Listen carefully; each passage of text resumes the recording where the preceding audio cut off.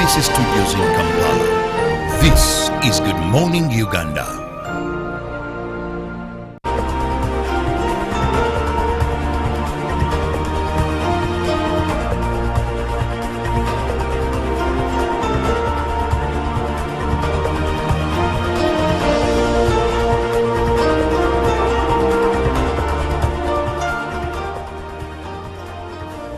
Well, good morning and welcome to Good Morning Uganda. I'm Olive Monica Najima here to usher you into the fresh new week.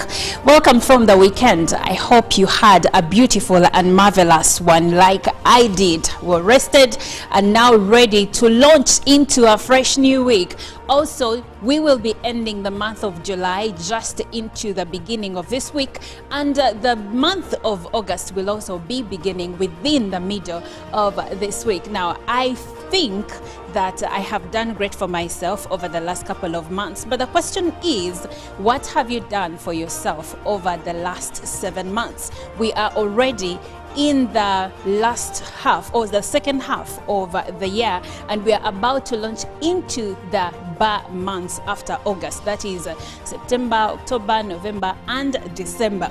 But the good news is this: whether or not you have achieved some of the goals that you set out to work on at the beginning of the year, the good news is that you can still start today. What matters is starting, and it says that a few months from now, you will either have achievements or regrets. So you can choose what you want to do from the beginning of August up until the end of the year. But I'm not here to sound like a motivational speaker. I'm here to be a journalist. And what do? We launch into conversations regarding news stories that happened over the last 24 hours, but being Monday over the weekend, because we're last here with you on Friday. And on Friday, we had the Olympics opening ceremony. Now, some people say it was a marvelous ceremony, but others say it was blasphemous when it comes to religion. Now, I know my colleagues, especially Jerome Paul Sonko and Ruben Pima, were watching the same event. I'd like to pick their minds on that. But since it is Sonko I have on set with me right now, I'll go to Studio B and start right over there.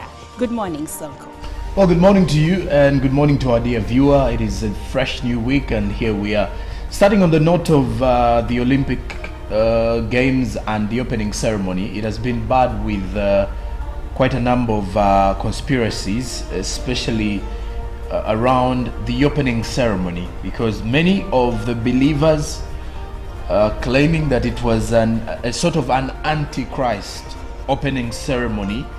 And on the other side of things, many of them were not appeased by the opening ceremony or some symbolism, some rate of symbolism that was showcased at the opening ceremony. And besides that, because there were lots of things that were happening really at the opening of the ceremony. Just like the former Olympic Games, you get to realize that in most countries that host, the cultures of these countries are always put at the forefront, and then also other countries also come in to showcase their talents, their cultures. That is where you get to realize that the Ugandan culture was well represented with the traditional attire of a chikoi, and then quite a number of attires were on display from different countries. But when it comes to the controversies behind the opening ceremony around the Eiffel Tower in Paris, there's been some agenda that many of the Christians believe was being put forward. But besides that, it was also a colorful ceremony. I was also following Pastor Sempa's interview on RT on the same matter, where he came out and said it does seem like France wanted to communicate to the world something different, and it felt like they were trying to show the world that there is a new world order they want to set out. But of course, those are all conspiracy beliefs and theories that were being presented. But besides that, it is one of those opening ceremonies that has faced backlash. However much there has been some positive watch as well. But besides that, here we are, and the Olympic Games are still ongoing. Well, Jerome, it was also slated to be one of the biggest opening ceremonies the world has ever seen across the globe, and also given that it was outside the Eiffel Tower and along the Seine, which is historic in French history, I don't know if Chantal believes if it has been one of the biggest opening ceremonies to ever be seen. Well, we can qualify it among one of the biggest, but according to some individuals, the one that happened, I think in 2019, apparently, was believed to be the best compared to those that we have seen before, even after. I'll take the one of 2012 when the Queen was still alive, because in the opening ceremony, she actually was involved in the opening ceremony with James Bond. Right. Oh, yes, that one. And there was also Mr. Bean in the same opening ceremony. That was 2012, not 20. Yes, I meant 2012. Where Stephen Kiprotich walked away with gold in the marathon. Yes, 2012, not 2019. I think it was one of the best opening ceremonies we've ever seen for. Yes, I think I mixed Chantal, up theirs. Yes. Chantal, you were saying? Yes, for me I would say yes, it was big and everything, but I would still go back to it. The one for 2012 did a lot better than this one. Also, for the sake of being maybe open-minded, irrespective of whether there is a bit of the Antichrist and everything, usually if you get a chance to host such a ceremony or even such games, it is a time for you to, to go all out and show what you have as a country and what you can do. You're selling your country, you're selling your culture and everything in there. So I believe they try to do their absolute best to sell their country, and whichever way they did it, wrong or right, according to different individuals, they sold their country. And guess what? We're here talking about them. Indeed. Yes. And as a communications student, I remember being told that no publicity is bad publicity. All publicity is good publicity. Thank you very much. And someone explained and said that what we called a mockery of the Last Supper was actually a rendition of something to do with the Greek gods. I don't know so much about Greek mythology, so I don't know if they were right or wrong, but that is the explanation they gave. But personally, my highlight was the return of the icon Celine Dion. She got to sing for the first time in years, ever since she was diagnosed with stiff person syndrome, which has made her unable to perform for quite some time.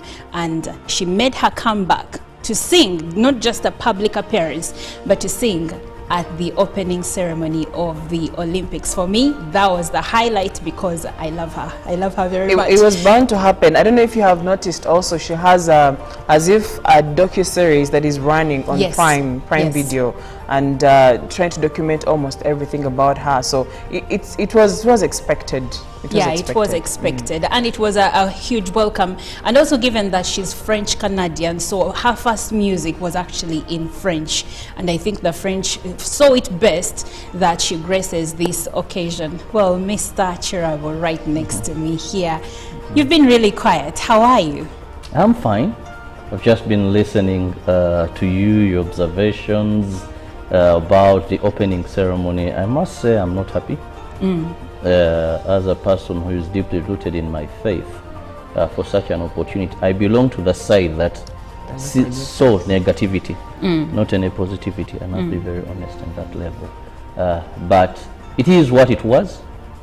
The Olympics started, yeah.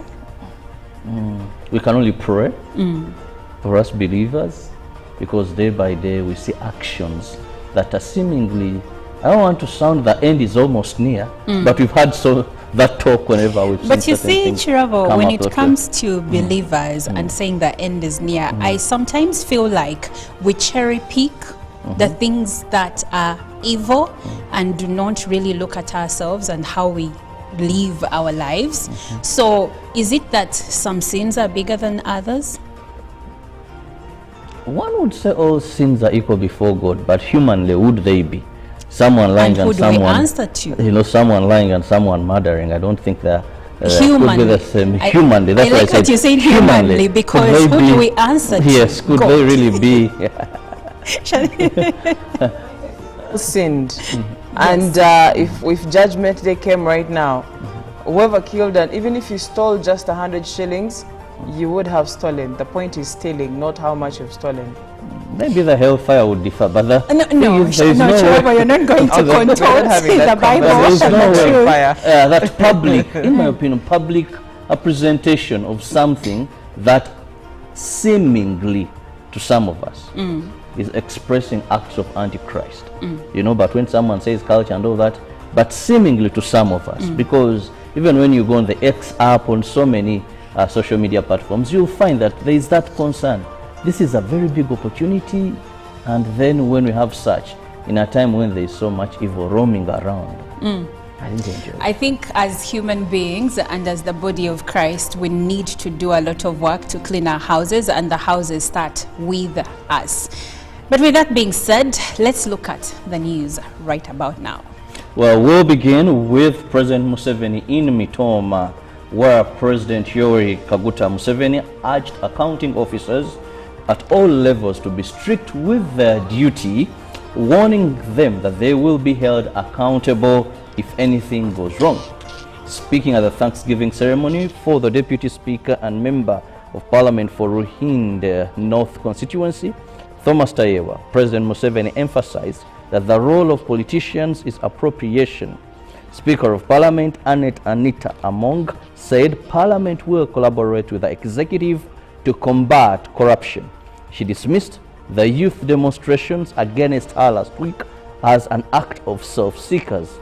Deputy Speaker of Parliament Thomas Tayewa expressed gratitude to President Museveni for his trust, acknowledging that he is human and capable of making mistakes. Now, moving on, the Speaker of Parliament, Anita Among, has announced her intention to serve only one term before handing over the mantle to Deputy Speaker of Parliament, Thomas Tayewa. She made this revelation during a Thanksgiving service for the family of Muzei Daudi Banjirana and the commissioning of St. Karoli Ranga Catholic Church in Chigarama Parish. The Archbishop of Marad Archdiocese, His Grace Lambert Bainomgisha, has commissioned St. Karoli Ranga Catholic Church in Chigarama Parish, Bitereko, Mitoma District. After opening the church, it was anointed, including the altar. The construction of this church was initiated by the Deputy Speaker of Parliament, Thomas Tayewa, who is also the Member of Parliament for Ruhinda North constituency. Archbishop Bainomgisha called on leaders to use the resources God has entrusted to them responsibly. During the Thanksgiving ceremony for the family of Muzei Daudi Banjirana, who celebrated his 80th birthday, the Speaker of Parliament, Anita Among, expressed her gratitude to the people of Ruhinda for electing a down-to-earth and disciplined leader. The Deputy Speaker of Parliament, Right Honourable Thomas Tayewa, acknowledged that the construction of the church was made possible with the support of many people and international partners. He noted that 2.7 billion shillings will be spent on this project.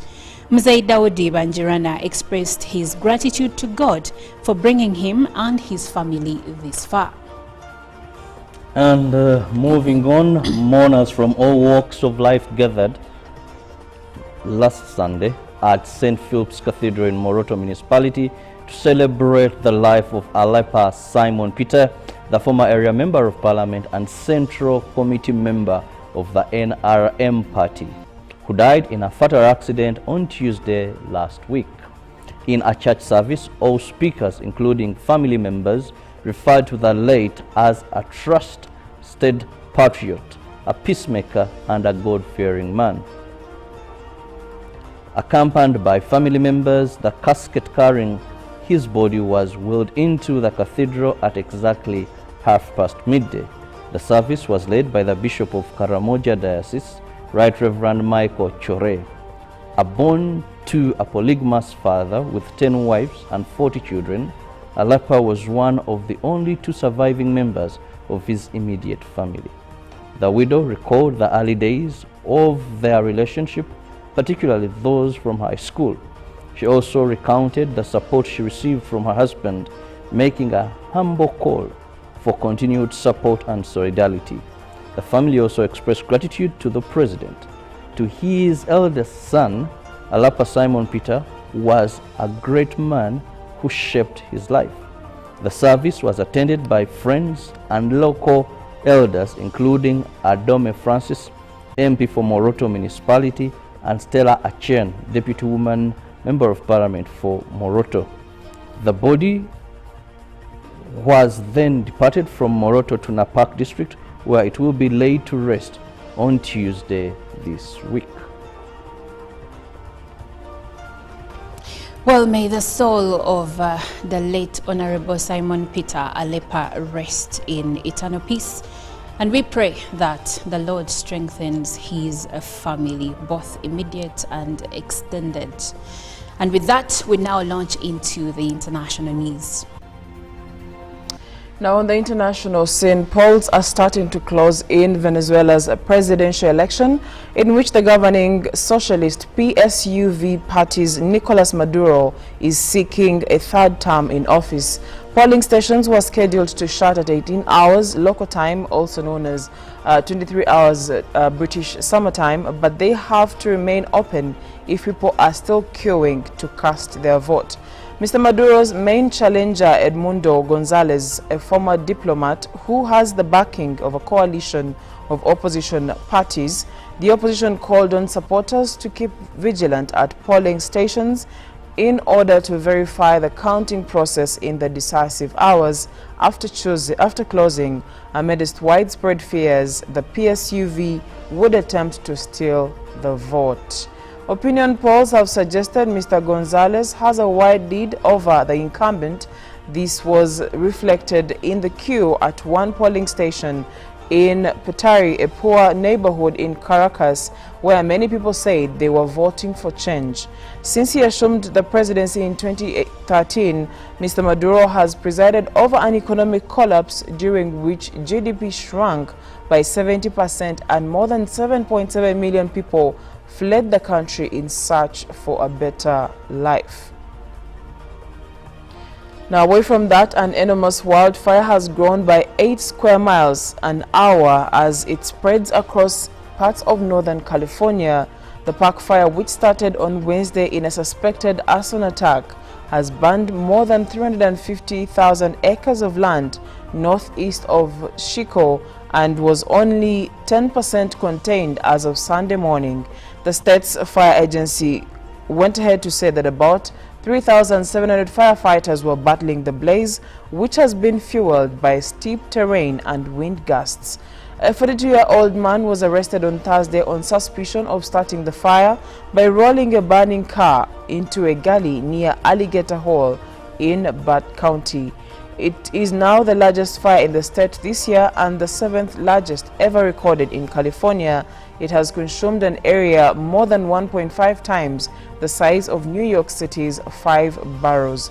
Fire Captain Robert Foxworthy said steep terrain and very few roads have made it a challenge to battle the blaze. He said the sheer scale of the fire was made worse by embers being flung out a great distance ahead of the main fire, sparking a huge number of spot fires. Moving on, the Olympic organizers in France played the wrong national anthem for South Sudan ahead of the country's opening men's basketball game against Puerto Rico. Spectators in the Pierre Maury Stadium on Sunday booed as the Sudanese anthem was played instead of the South Sudan. The audio was corrected after a short pause, followed by an ovation from the crowd. The organizers of the Olympic Games in Paris released a statement apologizing for the human error. One of South Sudan's players later told reporters that gaffe was disrespectful. They, the organizers, have to be better because this is the biggest stage and you know that South Sudan is playing, said Majok Deng. There is no way you can get that wrong by playing a different anthem. It's disrespectful, he continued. Obviously, nobody's perfect. They made a mistake. They played it at the end and we moved on. The organizers of the Parish 2024 Olympic Games gave their most sincere apologies to the team from South Sudan and their supporters for the human error. And that leads us to the end of our international stories this morning. Well, Chantal, the Olympics are truly the biggest stage. So would I be wrong for saying, really? Human error? You had all this time to prepare.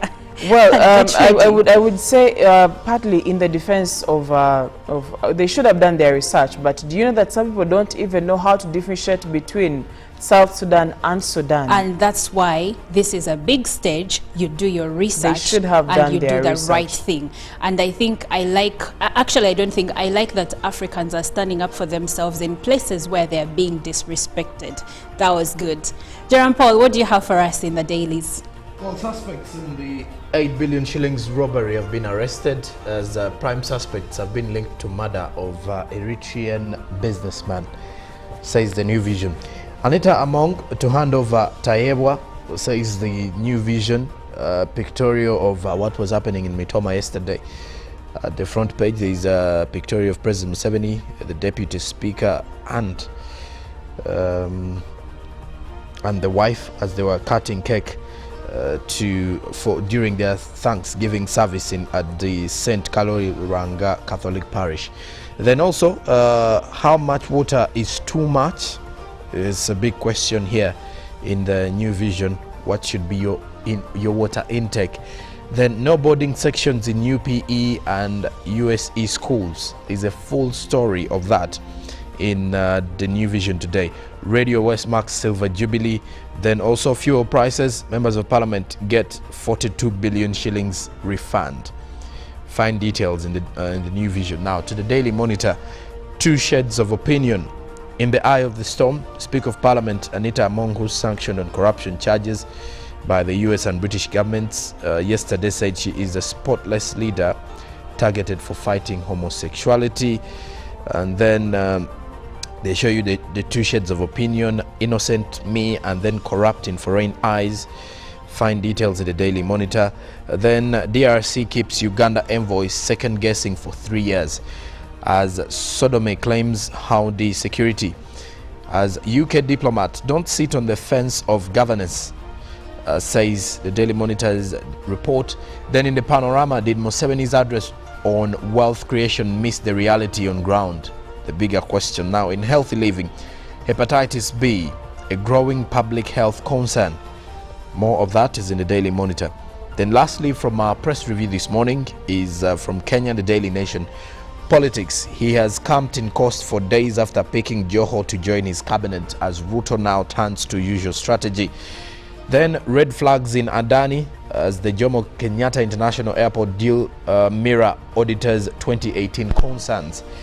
Also, Malkia strikers battle Brazil in opener as Kenya police battle Haitan gang.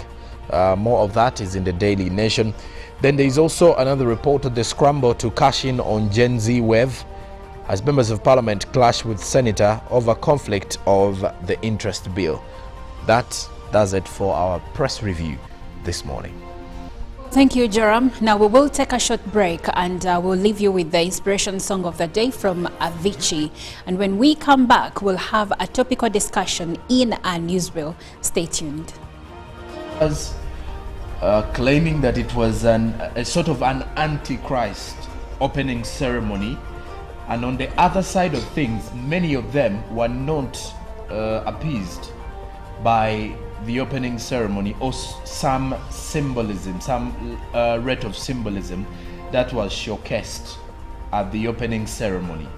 And besides that, because there were lots of things that were happening really at the opening of the ceremony. Just like the former Olympic Games, you get to realize that in most countries that host, the cultures of these countries are always put at the forefront, and then also other countries also come in to showcase their talents, their cultures. That is where you get to realize that the Ugandan culture was well represented with the traditional attire of a chikoi, and then quite a number of attires were on display from different countries. But when it comes to the controversies behind the opening ceremony around the Eiffel Tower in Paris, there's been some agenda that many of the Christians believe was being put forward. But besides that, it was also a colorful ceremony. I was also following Pastor Sempa's interview on RT on the same matter, where he came out and said it does seem like France wanted to communicate to the world something different, and it felt like they were trying to show the world that there is a new world order they want to set out. But of course, those are all conspiracy beliefs and theories that were being presented. But besides that, it is one of those opening ceremonies that has faced backlash. However much there has been some positive watch as well. But besides that, here we are, and the Olympic Games are still ongoing. Well, Jerome, it was also slated to be one of the biggest opening ceremonies the world has ever seen across the globe, and also given that it was outside the Eiffel Tower and along the Seine, which is historic in French history, I don't know if Chantal believes if it has been one of the biggest opening ceremonies to ever be seen.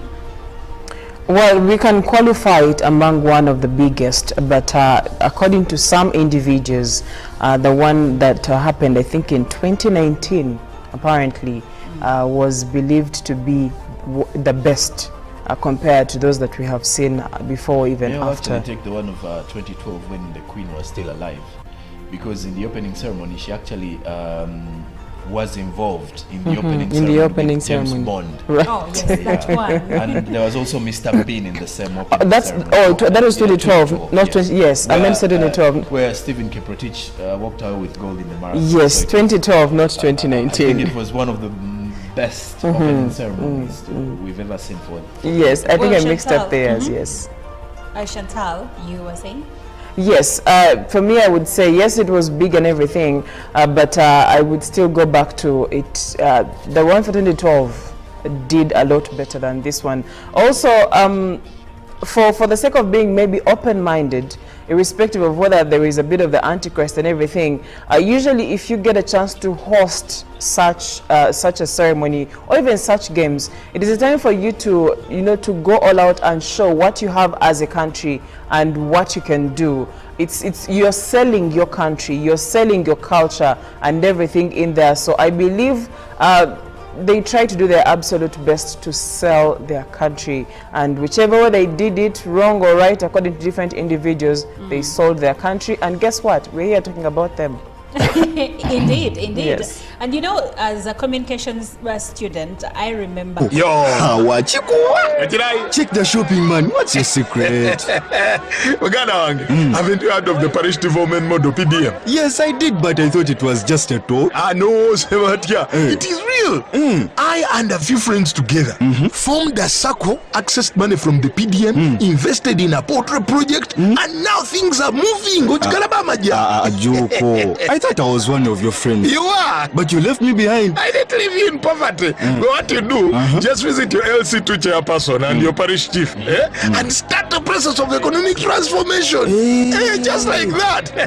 The parish development model is an initiative from the government of Uganda through the Ministry of Local Government, designed to transform all lives of Ugandans for the better. PDM, my parish, my development, my life. Live from UPC Studios in Kampala, this is Good Morning Uganda.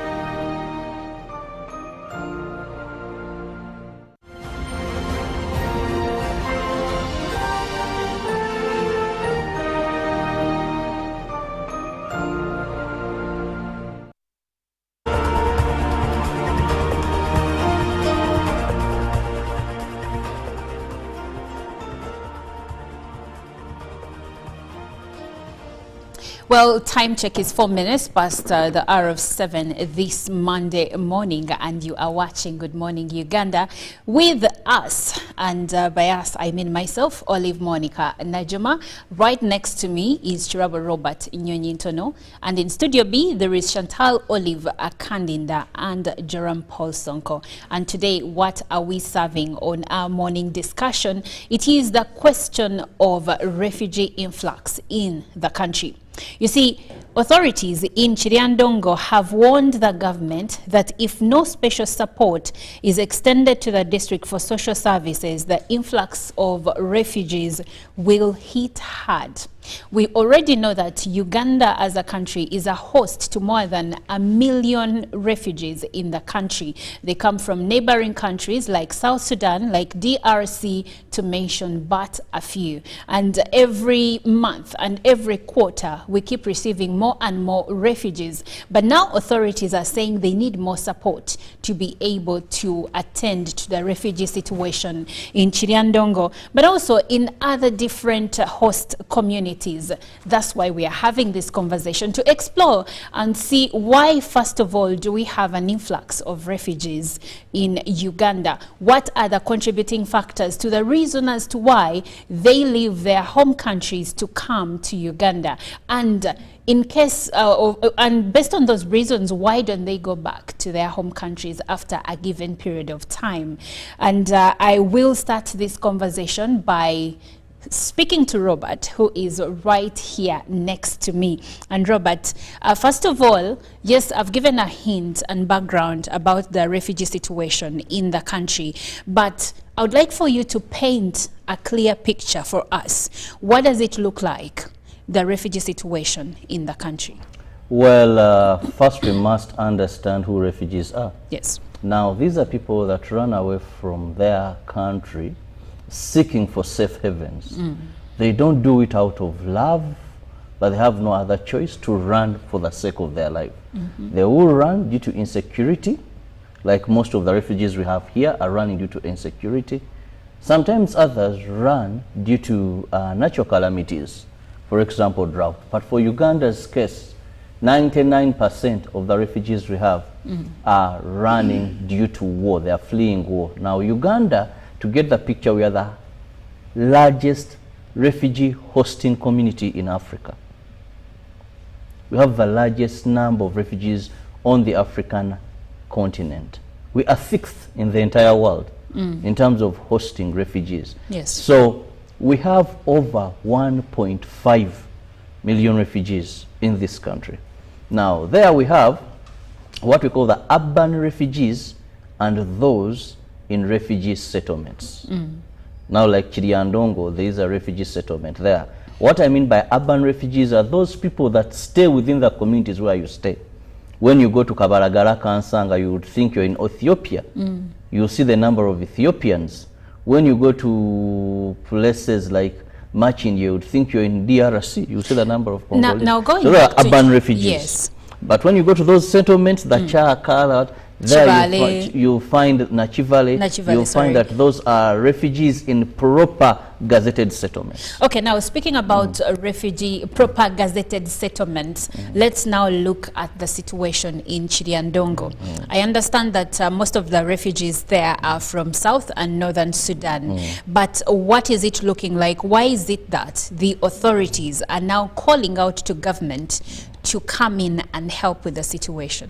Well, first and foremost, it's because of the fact that refugees in Uganda, given our refugees policy, which gives a refugee the same rights that a Ugandan has except citizenship. And you're not a citizen, so you don't have the right to vote, but all other entitlements I'm entitled to, a refugee in Uganda has them. Now, that means there is scramble for the few resources. The right to education, where they will tell you that schools in Chiriandongo today are densely populated. One class could have about 150 students. And they are telling you that on a daily basis they are receiving over 200 refugees coming in. So already there is pressure on schools. Go to the health centers. There is pressure on these health centers. Go to water resources. Actually in Chiriandongo, some year back, there was a battle between refugees and the host communities over a water source. So, go to foods, you know, because when they have these weekly markets, you find that refugees sometimes have tokens they are able to purchase compared to the locals at times. Go to land. So, the pressure refugees bring on the resources in this particular country is what now the leaders are in this particular part of the country is what now the local leaders are feeling government should come in, because if we know this is our land, this is what is ours. Now you're running away, no one chooses to be a refugee because danger you're running away from. And previously in Chirandongo they used to have people from Sudan, I mean from South Sudan. But now they also have people from the Sudan. From the Sudan. And the problem is not coming to an end any sooner. So every day they're having an influx, Believe you me, with this influx, you cannot be able to sustain given the resources you have. So that is where the trouble is kind of saying, if you don't come in, we are going to take our children to school. Because if you have a class of 150, to be honest, Olive, which class teacher is going to be able to teach in a class of 150 when they don't even have space? Health centers, they're saying all they're experiencing is drug shortage and drug stockouts. And so what is funny, what is funny is that they cannot even plan proper. That is another concern they have, because you can't plan for a population you don't know. Today when you write to the ministry, national medical stores, that we need this amount of medicines and what, tomorrow another number jets in, and the following day another comes, another. So even planning for anything is becoming almost impossible. Well, should government consider readjusting the refugee policy in Uganda? This is the question we are asking today because of a refugee influx in Chiriandongo district. But also, this is not the only host community that is filled to the brim and is actually fighting for its own survival, because what we need to remember is that in the host communities and host districts, there are people that are indignant to these communities. They are born and they are bred and raised there. So if they are fighting for resources with refugees, this is where we ask the question, should the government reconsider Uganda's refugee policy? Should they reconsider adjusting the policy? You can join this conversation through WhatsApp number 0709602592. You can share your experience if you have lived in a host community, but also you can share your views.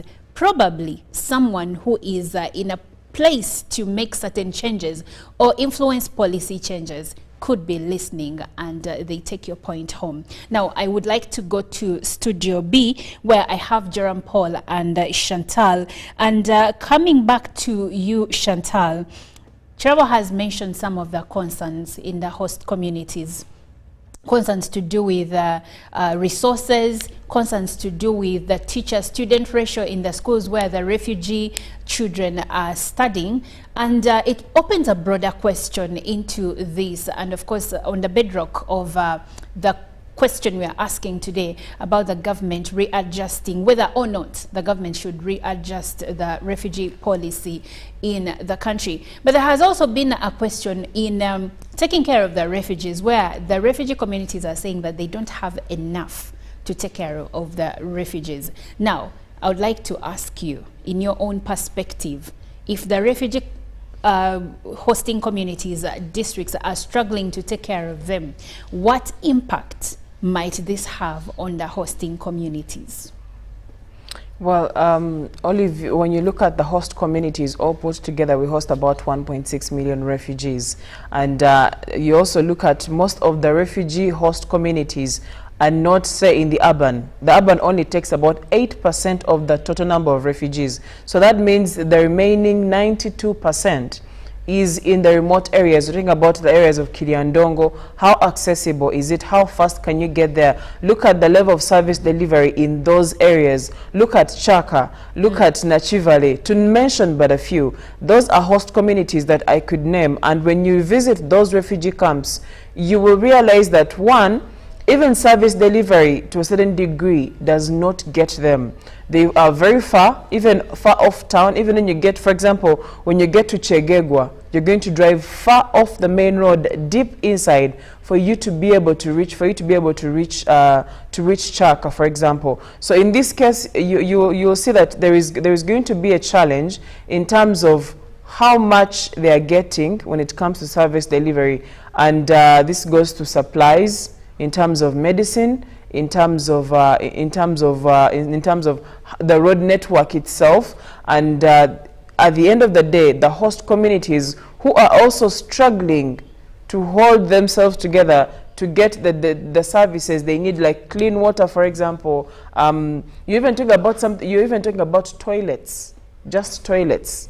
People are sharing communally in some of these areas. So you're talking about water, you're talking about roads, you're talking about toilets, and a number of things that they cannot easily access in those areas. So if the individuals, the host communities, are still struggling, then there is now an increase in the number of people that are struggling for the same meager, can I call them meager services in those areas. At the end of the day, you're going to realize that the quality of lives of the people in those areas are even going to sink further. All right, now Chantal, still, when it comes to the challenges that you have mentioned, I remember not so long ago, the Prime Minister, Robin Anabanja, was actually imploring the international community to give Uganda more aid to help it take care of the refugees. So what would be the message you'd send out to the international community on how they can work together with Uganda's government to take care of the refugees in the country? Well, when you look at some of the reports, for example, given by UNHCR, they'll be giving you statistics and the effects of this influx on the pressure that the influx is putting on the key facilities. But then the question for me would go to do we necessarily have to put ourselves in such a predicament and then go ahead and ask for aid? It is also believed and alleged that the reason as to why Uganda has become Africa's largest host of refugees is because apparently it gets aid coming in. But if that aid is not enough to give these refugees good settlement and a comfortable life, then I think we're shooting ourselves in the foot, if indeed it is true that we are doing it to get aid in the country. You know, you also have to look at the numbers. In 2017, the EU, for example, had given Uganda 309 million euros. Now, the 309 million euros, the only additional money they gave, or that has actually been disbursed to Uganda, has been 27.5 million euros this very year. Now, look at some of the wars in Europe, for example, the conflicts. And someone once related to the same cause and said, for example, the EU, they are not going to give money to Uganda, yet Ukraine also needs the money, for example. And this is Ukraine exactly. is someone and Ukraine next is to in the home. house. It's more like you have a sick child at home, and your neighbor is also facing the same problem, and you want to first take care of your neighbor instead of your child. So these are circumstances where we are finding ourselves into the mix as Uganda. You're having an influx of about 200 refugees per day, where the numbers increase every day, and yet like it is about 200 to 300 that come in per day, according to the figures. So when you look at those numbers, every day you're having these people coming in, but you have less funds as a country. You do not have as much money to take care. Talking about the funding, I remember it was in 2017, on the 22nd and 23rd of June, Uganda hosted the biggest international summit on refugees. It was called the Refugee Solidarity Summit at Speak Resort Munyonyo. And by then, Honorable Rebecca Kadaga Ritaura was the speaker. We had President Yoweri Museveni in this summit, and the Secretary General of the United Nations, what was in Antonio the summit, Guterres. Now, they had pledged or planned to raise $2 billion US. Did they? For Uganda, for the host communities. Did they? And the plight of refugees. I must report to you that not even half of that money was raised. Now, This came on a background, but that by then Uganda was out there saying, people, we are stretched. That is 2017. We are stretched. And I remember one of the mates, I think it was Honorable Hilary Onek, said, even when you're buying commodities to feed the refugees, why would World Food Program buy beans from other countries? Maize, whatever you're giving refugees should come from Uganda. So the truth is, much as we are globally being cherished for our very good policy, much as globally we are having very good records as the largest refugee hosting country, we've come to a time when sustainability of this issue we can no longer handle as a country. Well, today we are asking Chirabo, the question, should government reconsider adjusting the refugee policy in the country? We are a host nation to over 1.5 million refugees, and that's quite a number. Now, government says it is overwhelmed when it comes to taking care of them. There have been budget cuts by development partners when it comes to funding the refugee situation in the country. And now Chiriandongo district is calling upon the government to increase support, otherwise the situation may get out of hand. So we are asking, maybe could this be the time when we consider readjusting the refugee policy in the country? Join the conversation through WhatsApp number 0709 602 592. Jerome Paul, you were saying something. No, I was relating to what Chirabo was, pointing out, and I've come to realize that I think it is high time we looked at regional stability as a key discussion, especially when these regional countries get to meet. For example, the East African community. Because when you look at the countries where most of our refugees are coming from, you're looking at South Sudan. South Sudan, yes. Burundi, Congo. Yes. You know, most of these are neighbors and they belong to the East African community. Now, when you're looking into the East African community, we need to open up these conversations and, discussions where peace is something that really needs to be prioritized. Because when you look at the reasons as to why many of these refugees are coming to Uganda to seek refuge is simply because of the insecurity within some of these countries where they settle or countries where they come from. So Jerome, maybe my question would be in that regard, what can the government and the international community do to ensure peace and security from the countries where some of these refugees come from? I'm eliminating the international community in this context. Why? Because these are refugees that are coming in from South Sudan. And they're not necessarily coming in from community has so been the international community funder. is obviously it's a factor, but we need to first organize our house here. Okay. You know, we need to come together because the reason as why we have the East African community, for example, is should be for such reasons. Exactly. Business, socialization, peace and stability. So we need to to enhance that stability bit of it.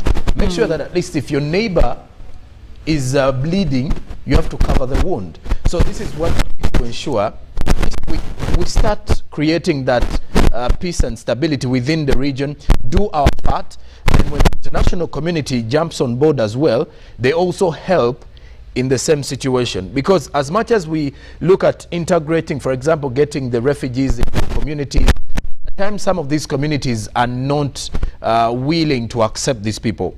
We've heard of conversations, for example, in Kansanga. Here lately, people are sharing, their experiences with quite a number of, people or other nationals that are now settling in Kansanga. The Eritreans, the Somalis, and you can really look at how many Ugandans are looking at it from a side of they are not that happy that these people are oversettled in the same area. So when you look into that situation, you've got to also wish that the governments can create this kind of peace. But before that, how do we maintain the peace as a region? Let's say, how do we maintain and support the peace of another country minus interference into that country's issues? I think Chantal? Okay. Well, if you're to talk about not interfering, to be honest, it might be quite hard, because if there is the East African community, we're supposed to sit and we're supposed to be accountable and ask, why are you a source of instability, for example, in the region? There should be such conversations. And then I wanted to say something about part of the refugee policy that we have. Did you know that as a refugee, one, you are freely welcomed into the country, you're given land and provided with basic services, you enjoy freedom of movement, although you do not receive Ugandan citizenship. But to be honest, when you look at some, especially the urban refugees, these people are very comfortable. They are okay. There is no way this person is going to even imagine going back to their country. So let me ask you, are they allowed to own property despite not being Ugandan citizens?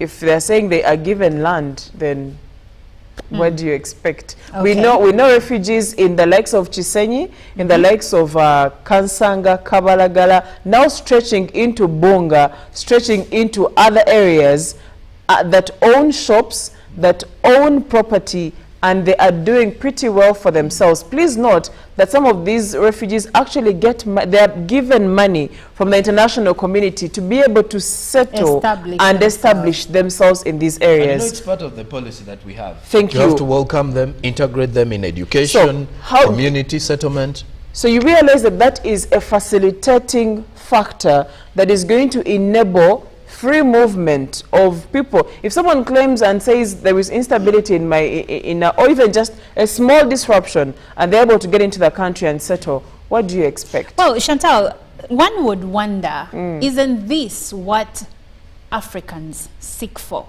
when they get to other countries? Let's say in Europe and in North America. So why is it so bad when the neighbors come here and settle and even own property? I'm now speaking on behalf of a Ugandan or someone from Europe that whose country is also receiving Ugandans and many other people that Let want me to ask settle you there. something.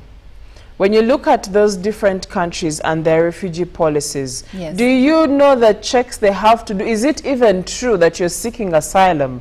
There has to be proof. And also, when you are in that country, how long does it take you for you to be able to settle in, to get out of that place? Also, some of these countries actually consider taking you back to your country after it has stabilized. They give you an ultimatum. They tell you you're here for like maybe a year or two as your country stabilizes, something like that. Okay. And I would still say we need to revisit our refugee policy. Well, I'll take that as your parting shot. And Jerome, in a few seconds before I get to Chirabo, please give us your parting shots. Well, revisiting the policy is quite important, and the only example I will use is if you happen to go to Buziga Kansang and you're looking for a house to rent, it's very difficult, or space. Why? Because as a Ugandan, you do not have the money that some of the people who are settled in there that are not the Ugandan nationals by birth, I should say, are having, because they are paying money in dollars, for example.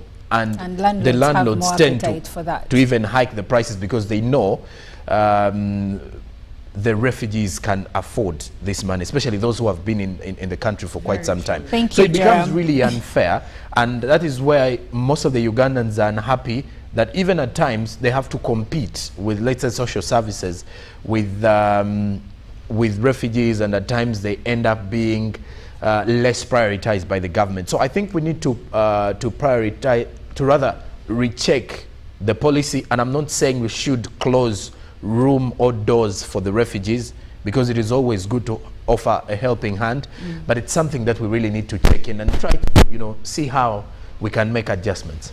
All right, thank you, Jerome. Now, Chirabo, coming to you, what are your parting shots? Should the government consider readjusting the refugee policy in Uganda, or it should stay as it is right now? First and very important to note is the refugees we have are a man-made problem. They're not running away from natural calamities. So they're a man-made problem. That means if it is a man-made problem, it has to be a man-solved problem. The East African community, we must revisit and amend some clauses in that treaty.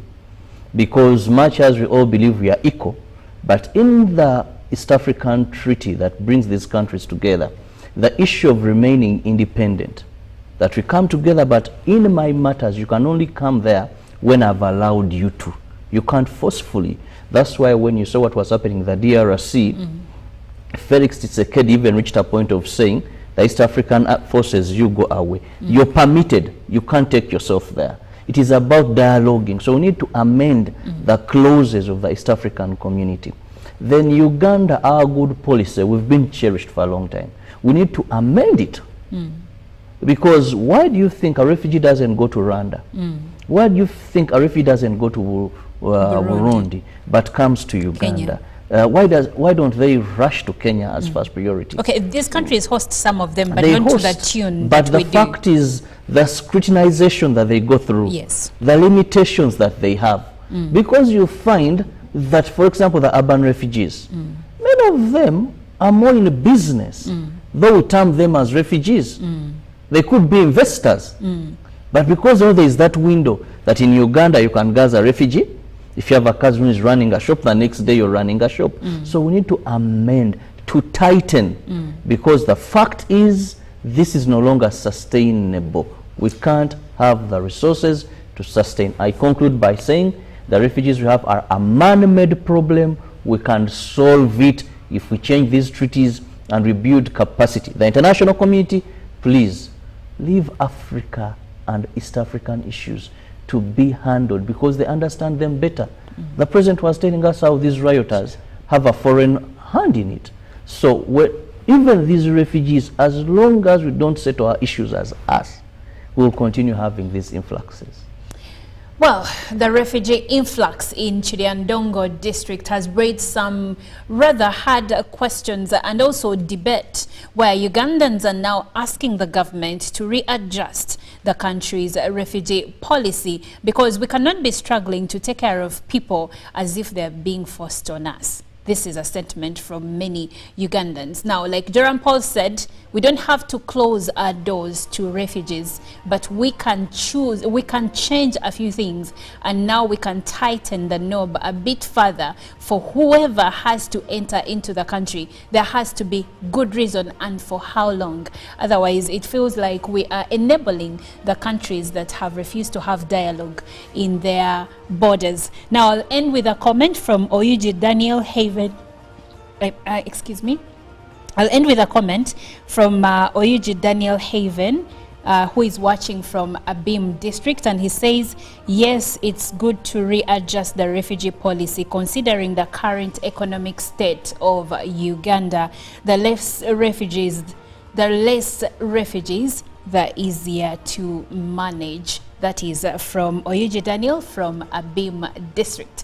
Thank you for sticking with us here on Good Morning Uganda. Now we will take a short break, and when we come back, Irene Allen Namisango will be giving us updates in the tourism world with Good Morning Uganda Tourism Express.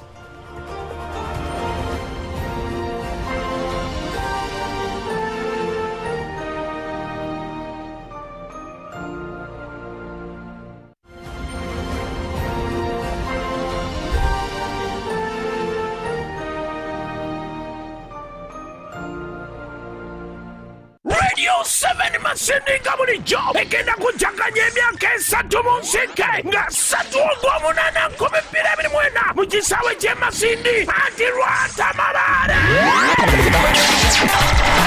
Lwatamabaale Sobodonkoli nga bulijjo nga bw'okimanyi ebyokulya n'ebyokunywa byonna bya bwereere ate ate kuleetedde abayimbi ab'amaanyi Eddie Kenzo ne Big Talent yonna lukoba ku lukoba kugasa n'abayimbi b'emunyolo bonna tutandika ku makya tukigalewo ku makya g'enkeera okuyingira mu 1 gwokka jangu onyenye gali benjole mu Lwatamabaale anti nga Radio 7 ejaganya emyaka esatu mu kisaawe Masindi nga 3/8/2024 tusookawo n'ebyemizannyo omuli omupiira okubaka okudduka nga biwagiddwa Kenya Sugar Limited, Chairman Kopicha Drinking. Balam Sounds by 2 Group. Everywhere you go, MTN.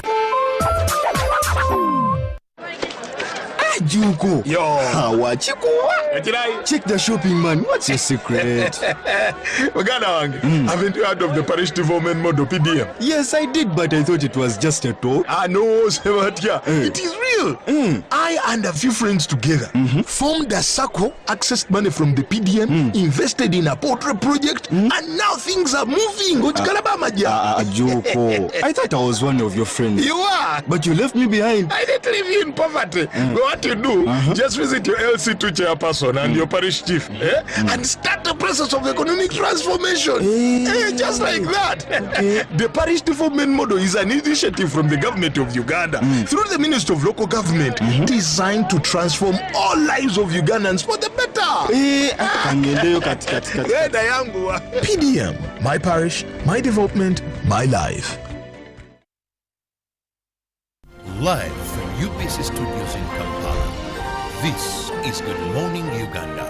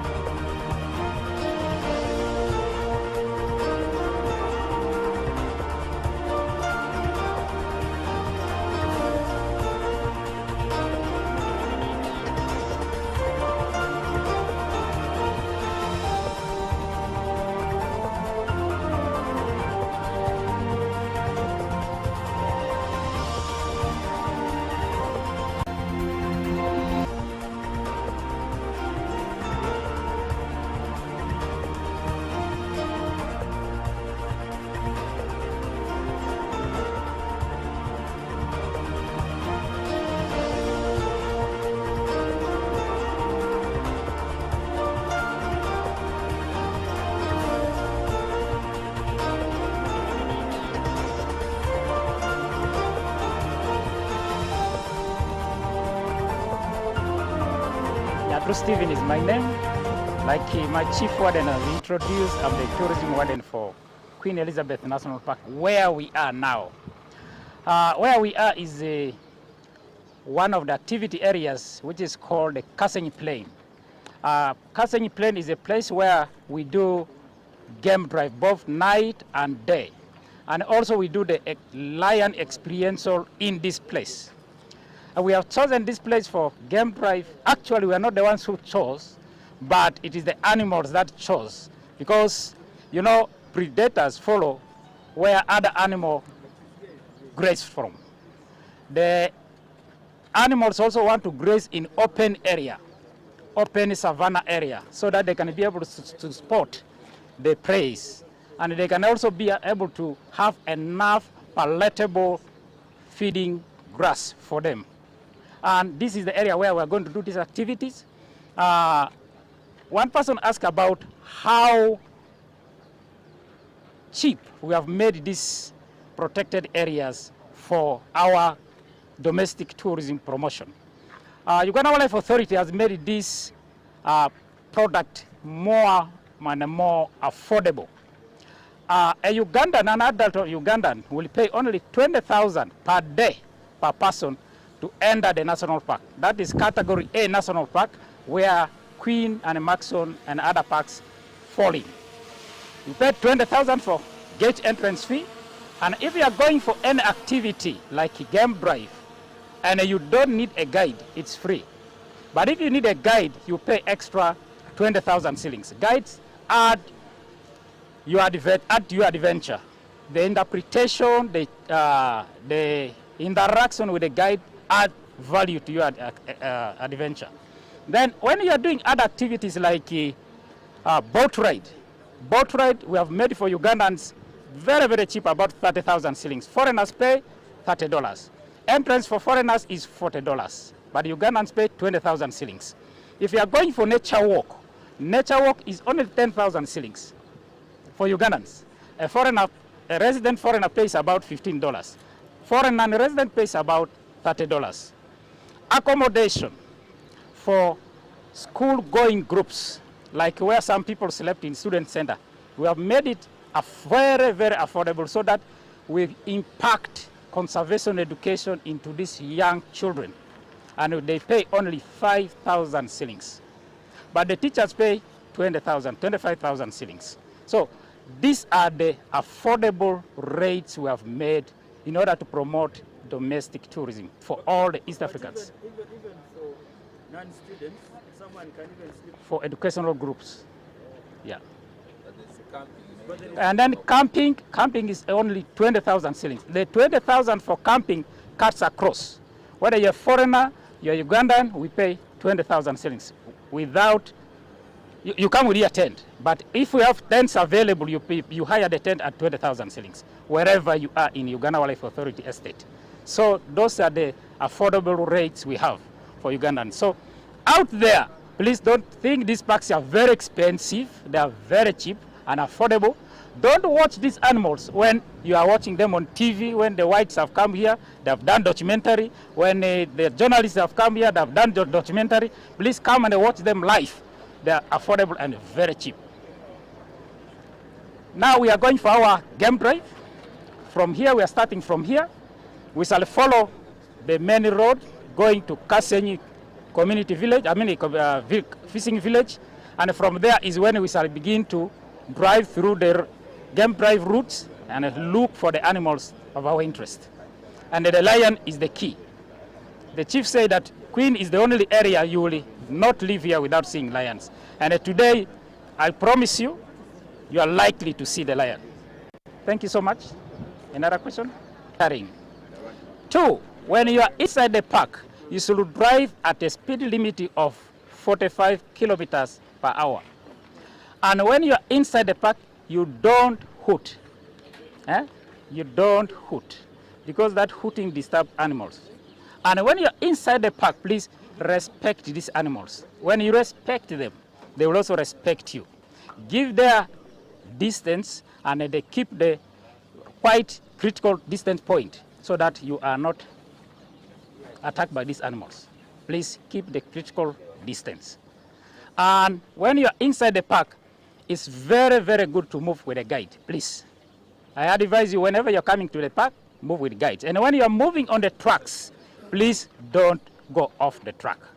You go off the track, we have a fine of about $150, which you pay. So please, these are simple rules we can be able to follow. Nobody should fall a victim when you come here for your honeymoon, you young girls. Please enjoy the park and go back without any problem. Thank you. As we wait for these people, we have other premium activities that we do in Queens. Very, very premium and excellent activities. You did a boat ride yesterday, and you saw the aquatic animals and the land animals, the plant species, the bird species, the intra-African migrant birds, and the Palearctic bird species that come from Europe. Accommodation. We have all categories of accommodation in Queen. We have the high-end accommodation, that is 5-star lodges. We have the mid-range, and we have the low budget.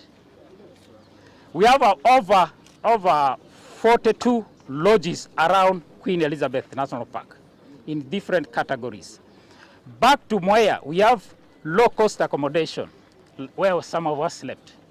We have accommodation as cheap as 52,000 self-contained room. We have for 82, that is twin bed, 82,000 twin bed, and 102,000 double bed. Executive room where my director slept is 128,000 shillings. In addition to that, we have self-catering guest houses. The self-catering guest houses have sitting room, dining, fridges, kitchen, everything is equipped.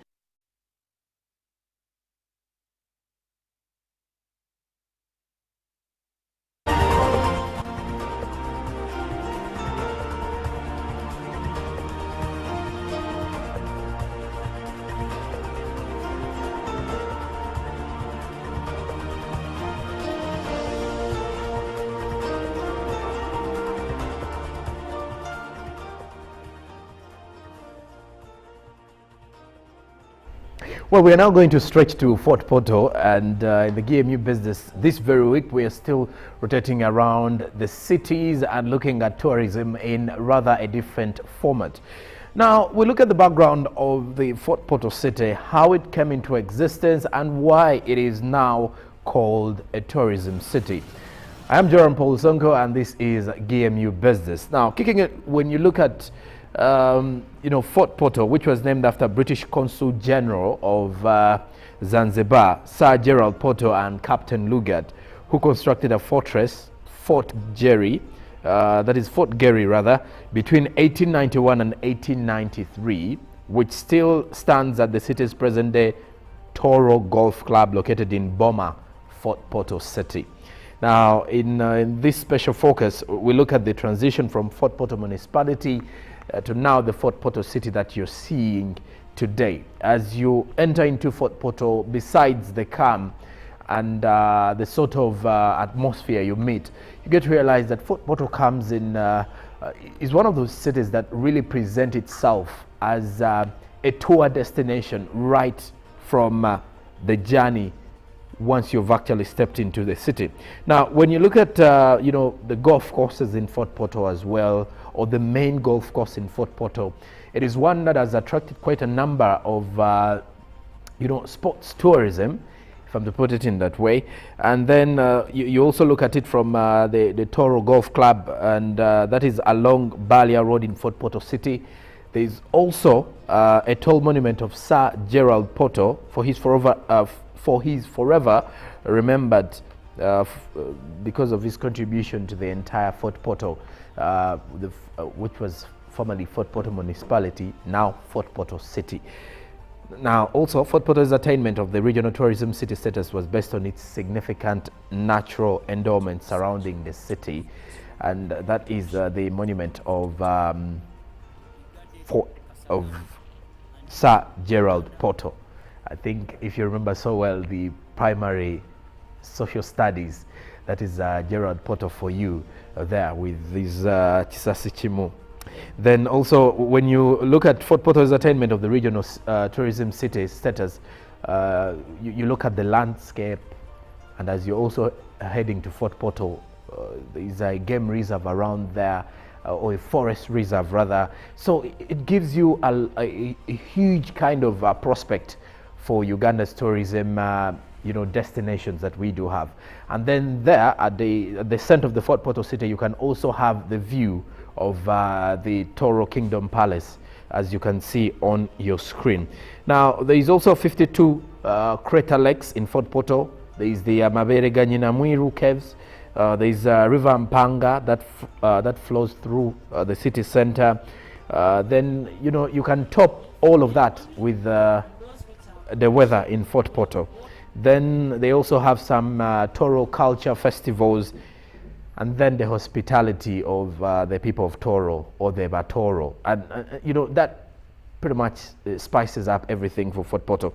Now, these have been attracting tourists over the years, and then raising it to the Fort Portal Tourism City as a name. Now, there is also the spectacular Karuzika Palace, a home of the reigning Toro Oyo Nyimba Kabamba Iguru Rukindi IV, who sits in the same palace. Of course, it has been attracting quite a number of tourists. Like I mentioned, besides the sports tourism, there is cultural tourism at its best in Toro, and then there is also the aspect of the natural endowments in Fort Portal or within Toro Kingdom. It gives that kind of feel that if I told you a tourism enthusiast and you want to start up maybe a tour company within the region, or if you want to start up something to do with recreation, sort of, you can earn some good money as well. And it does look like a virgin territory for any sort of business, because not so many businesses are in there, and many of them are centered within the Fort Portal city centers. So that is where you can find quite a number of businesses. So anyone who is actually willing to explore the country and try to start up something huge or something big for the business, you can look out for Fort Portal City. And then there's some historical buildings, by the way, like Toro Kingdom Hall, There's St. John's Cathedral Church. Then there's also the old schools like Chebambe Girls. I think Chebambe Girls is one of those sounding schools in Western Uganda. Then there is also Kabarole Hospital, there is Mpanga SS, and then other attractions within the regional tourism destinations is also the spectacular view of the mountain Rwenzori. Now those are the hot springs there, and you can easily go there and try to see for your own self. Over 52 crater lakes within the same area or within the same region, and it's, you know, it's a beauty to watch, if you ask me. And Fort Portal also has quite a number of stakeholders who are guarding it jealously, especially when it comes to the tourism sector, because if you are to preserve the beauty in that region, there has to be someone who has to protect and conserve the environment, which is high on the agenda if you move to Fort Portal. Now, Fort Portal was earmarked as a regional tourism city in 2020 following a thorough assessment by the Urban Development Authority through the Ministry of Local Government. So have you been to Fort Portal before? If you haven't, you can add it on your bucket list this 2024 and try to see how you can go in there and, you know, tour. If you have some good money on you, you can also start up something. If you have some startup capital, you can set up something within the city center because the people in Toro are willing to support you and help your business grow. Now, away from that, we return to the capital here because last week, small and medium-sized enterprises were urged to build stronger bases for sustainable growth through various innovation platforms. Now, according to Arthur Mukembo, Future Lab Lead at Innovation Village, he revealed that innovation is vital for SME growth and sustainability as it paves the path towards monetization of Uganda's SME sector. And innovation drives business development and also creates room for competition, health competition, that's to say. And without the ability to reach customers beyond their immediate environment, SMEs miss out on vital opportunities for revenue and diversification if they do not innovate further. And you see, the beauty about the various trends in business today is that you have to always cope up. You have to learn new things. You have to adapt to new innovations, because every other day your competitor is actually coming up with new skills.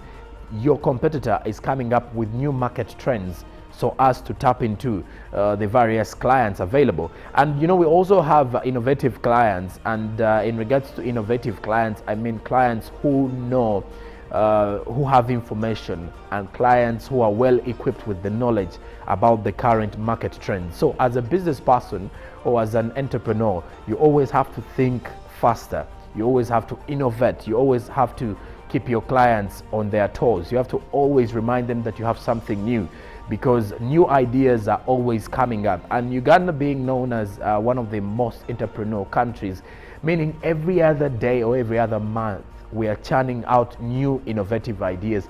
We're churning out new entrepreneurs. So that gives you an opportunity as an entrepreneur or as a business owner to try and see how you can enhance, you know, access to the various market spaces.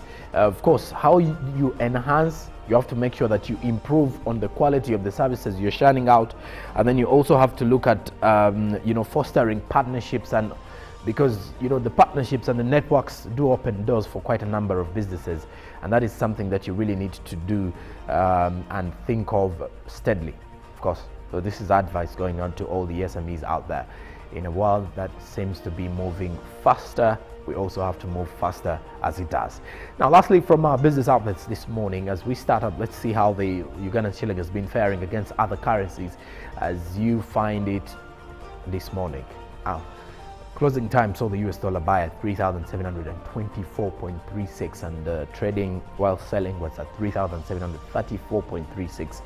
The Great Britain pound was buying at 4,790.27 shillings while selling at 4,803.13 shillings. The euro was buying at 4,043.53 shillings while selling at 4,054.39 shillings. The Kenyan shilling was buying at 28 shillings while selling at 28.07 shillings, and the Tanzanian shilling was buying at 1.38 shillings while selling at 1.38 shillings. And lastly, the South African rand was buying at 203.48 shillings while selling at 204.02 shillings. That's how you will find the forex market today.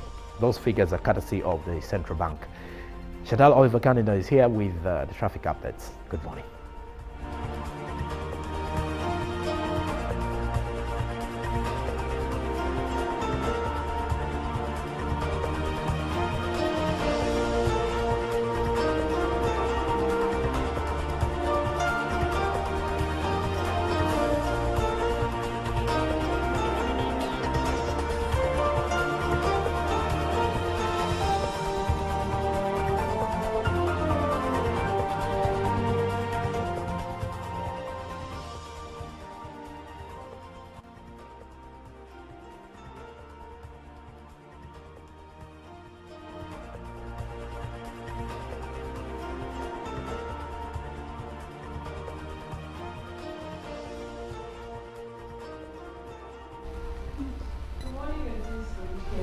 Done. Let's see how we shall be faring as we make our way to the different destinations, especially work.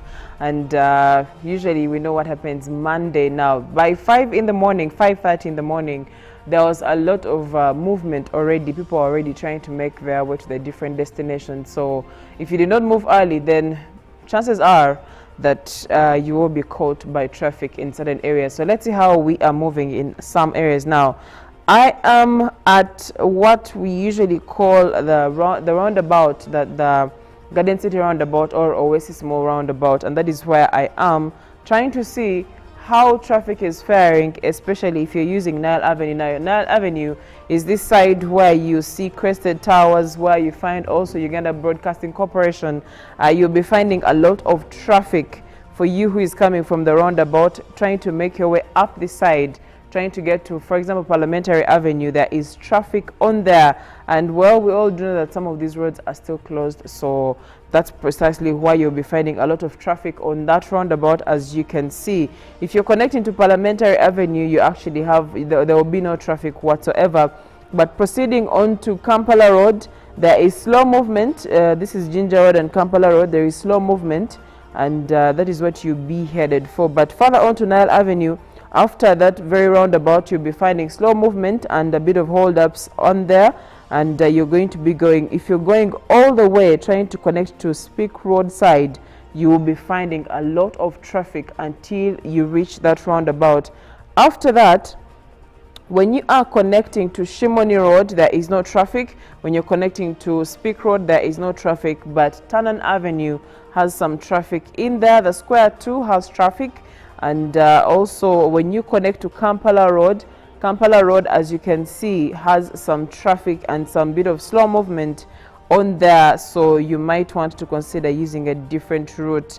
Now further on to Kampala Road, as you can see, there is a lot of traffic, and like I mentioned, if you did not move earlier, you'll be meeting a lot of traffic on some of these roads. Buganda Road is mad with some slow movement, and if you should be okay to use that one as you're trying to make your way to town. Now Lumumba Avenue has no traffic whatsoever. As you can see, you can cross through. Actually, you can use Lumumba Avenue to try and connect to town, just in case the other roads seem to be having a lot of traffic. Now Chagwa Road has no traffic at all. As you can see, it is free movement until you get to the side of Kampala Road.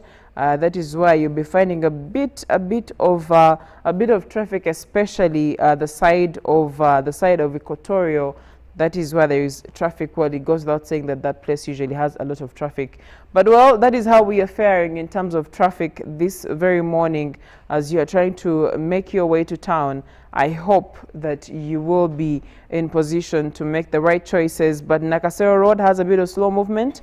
However, nothing much for you to worry about. You'll be able to get to your destination in a short period of time. And Wandegea side, no traffic at all. As you can see, you can also use Mumba Avenue to connect to town. Like I earlier on told you, there is nothing to worry about. Buganda Road, just slow movement. The only time you'll be finding a lot of traffic, especially Wandegea side, is at the lights. But for you who is coming from town, trying to join Bombo Road, Wandegea side, you'll be welcomed by a lot of traffic on there. Haji Musa Kasule Road is mad with some traffic, and a lot of it. The side of Mulago roundabout has a lot of traffic as well. Chira Road side has no traffic. As you are going to connect to Kamocha, or even coming from Kamocha, there is no traffic until you reach that junction that has Acacia or the John Babiha side. That is why you'll be finding a bit of traffic as you're trying to move to different parts. But pretty much traffic seems to be manageable this morning. But I highly recommend that you move as early as you can. And that's it for our traffic updates this morning. Good morning.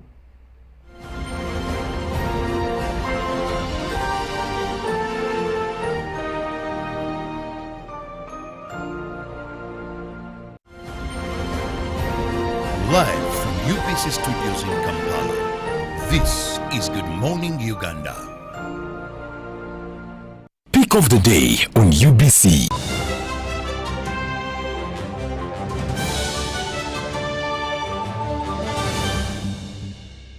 Was brought to you by You can now get all the Chibuzi out with MTN voice bundles. Call all networks. Kubei Dondoro. Buy a 25-minute voice bundle for only 1,000. Or buy any daily voice bundle of your choice. Dial *100 *21# and select daily, or use the My MTN app. When we talk together, we are unstoppable.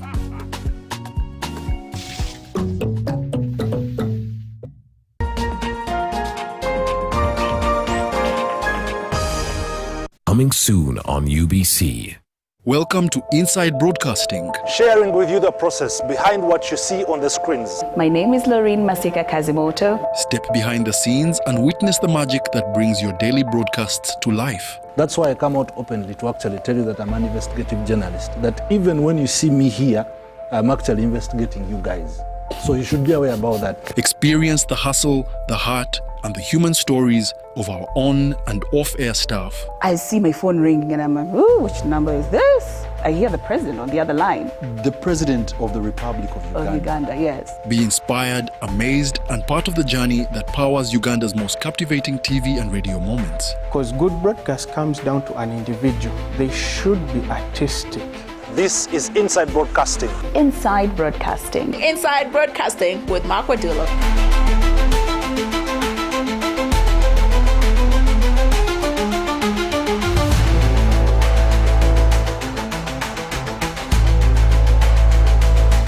Coming soon on UBC.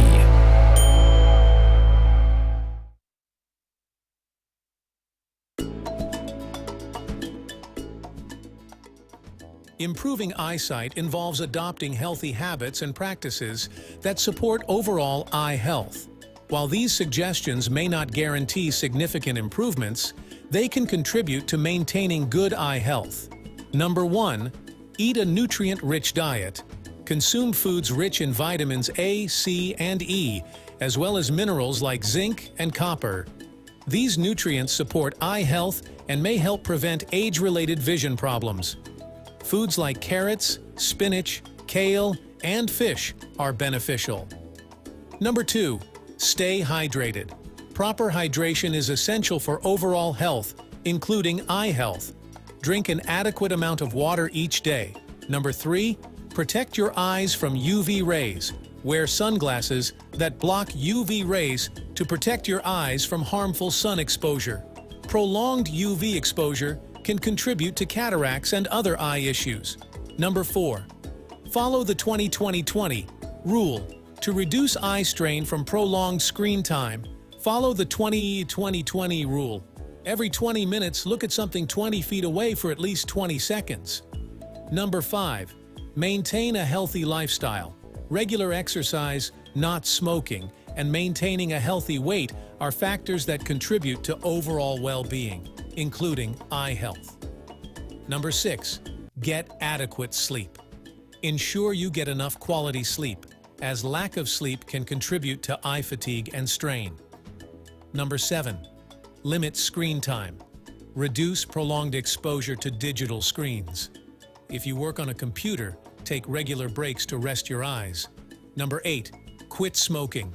Smoking is linked to an increased risk of age-related macular degeneration and cataracts. Quitting smoking can improve overall eye health. Number 9, manage stress. Chronic stress can contribute to eye strain. Practice stress management techniques such as meditation, yoga, or deep breathing exercises. Number 10, regular eye exams. Schedule regular eye exams with an eye care professional. Regular checkups can help detect any issues early on. Number 11, stay hygienic. Practice good hygiene to prevent eye infections. Avoid touching your eyes with unwashed hands. Number 12, use proper lighting. Ensure adequate and comfortable lighting when reading or working to reduce eye strain. It's important to note that while these practices support eye health, they may not reverse existing vision problems. If you experience significant changes in your vision or have concerns about your eyesight, consult with an eye care professional for a thorough examination and appropriate advice. This program is produced by Sani Productions, powered by UBC TV, inspiring Uganda.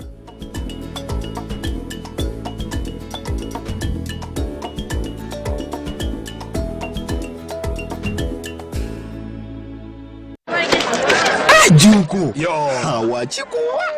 Check the shopping, man. What's your secret? Uganda, haven't you heard of the Parish development model PDM? Yes, I did, but I thought it was just a talk. No, Sebatia. It is real. I and a few friends together formed a circle, accessed money from the PDM, invested in a portrait project, and now things are moving. Junko, I thought I was one of your friends. You are. But you left me behind. I didn't leave you in poverty. What you do, just visit your LC2 chairperson and your parish chief and start the process of economic transformation. Just like that. The parish development model is an initiative from the government of Uganda through the Ministry of Local Government designed to transform all lives of Ugandans for the better. PDM, my parish, my development, my life.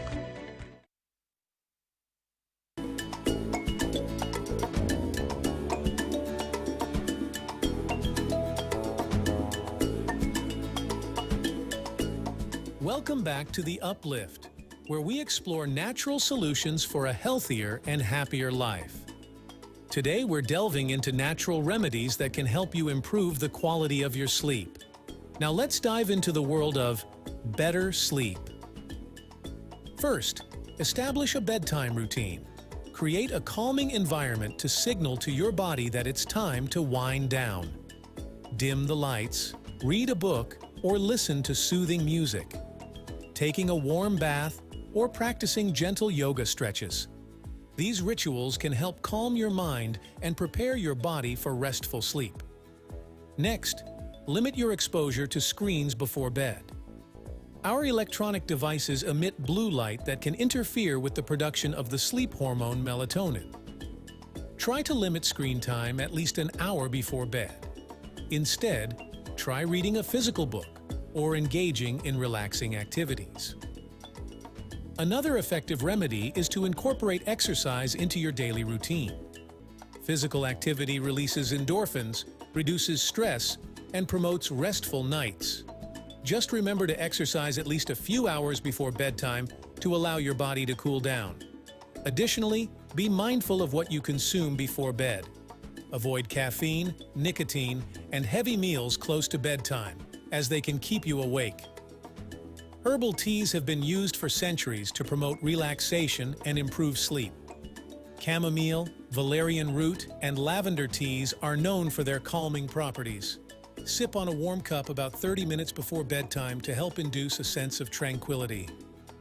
Another classic remedy that many swear by is a warm glass of milk before bedtime. Add a pinch of nutmeg for an extra calming effect. The combination of tryptophan in milk and the soothing properties of nutmeg can help promote relaxation. essential oils can be a game changer when it comes to sleep. Lavender, chamomile, and bergamot are known for their calming effects. Consider using a diffuser in your bedroom or applying a few drops to your pillow or wrists before bedtime for a soothing aroma that can promote better sleep. Creating a comfortable sleep environment is also crucial. Invest in a good quality mattress, pillows, and bedding. Keep the room cool, dark, and quiet. Consider blackout curtains or earplugs if necessary. Lastly, manage stress with relaxation techniques. Practicing mindfulness meditation can help quiet a busy mind. Spend a few minutes before bed focusing on your breath, engaging in a body scan, or using guided meditation apps. Clear your mind and let go of any tension to invite peaceful slumber. And there you have it, some natural remedies to help you achieve better sleep quality. Remember, finding what works best for you might take some trial and error. Thanks for watching. This program is produced by Sani Productions, powered by UBC TV, inspiring Uganda.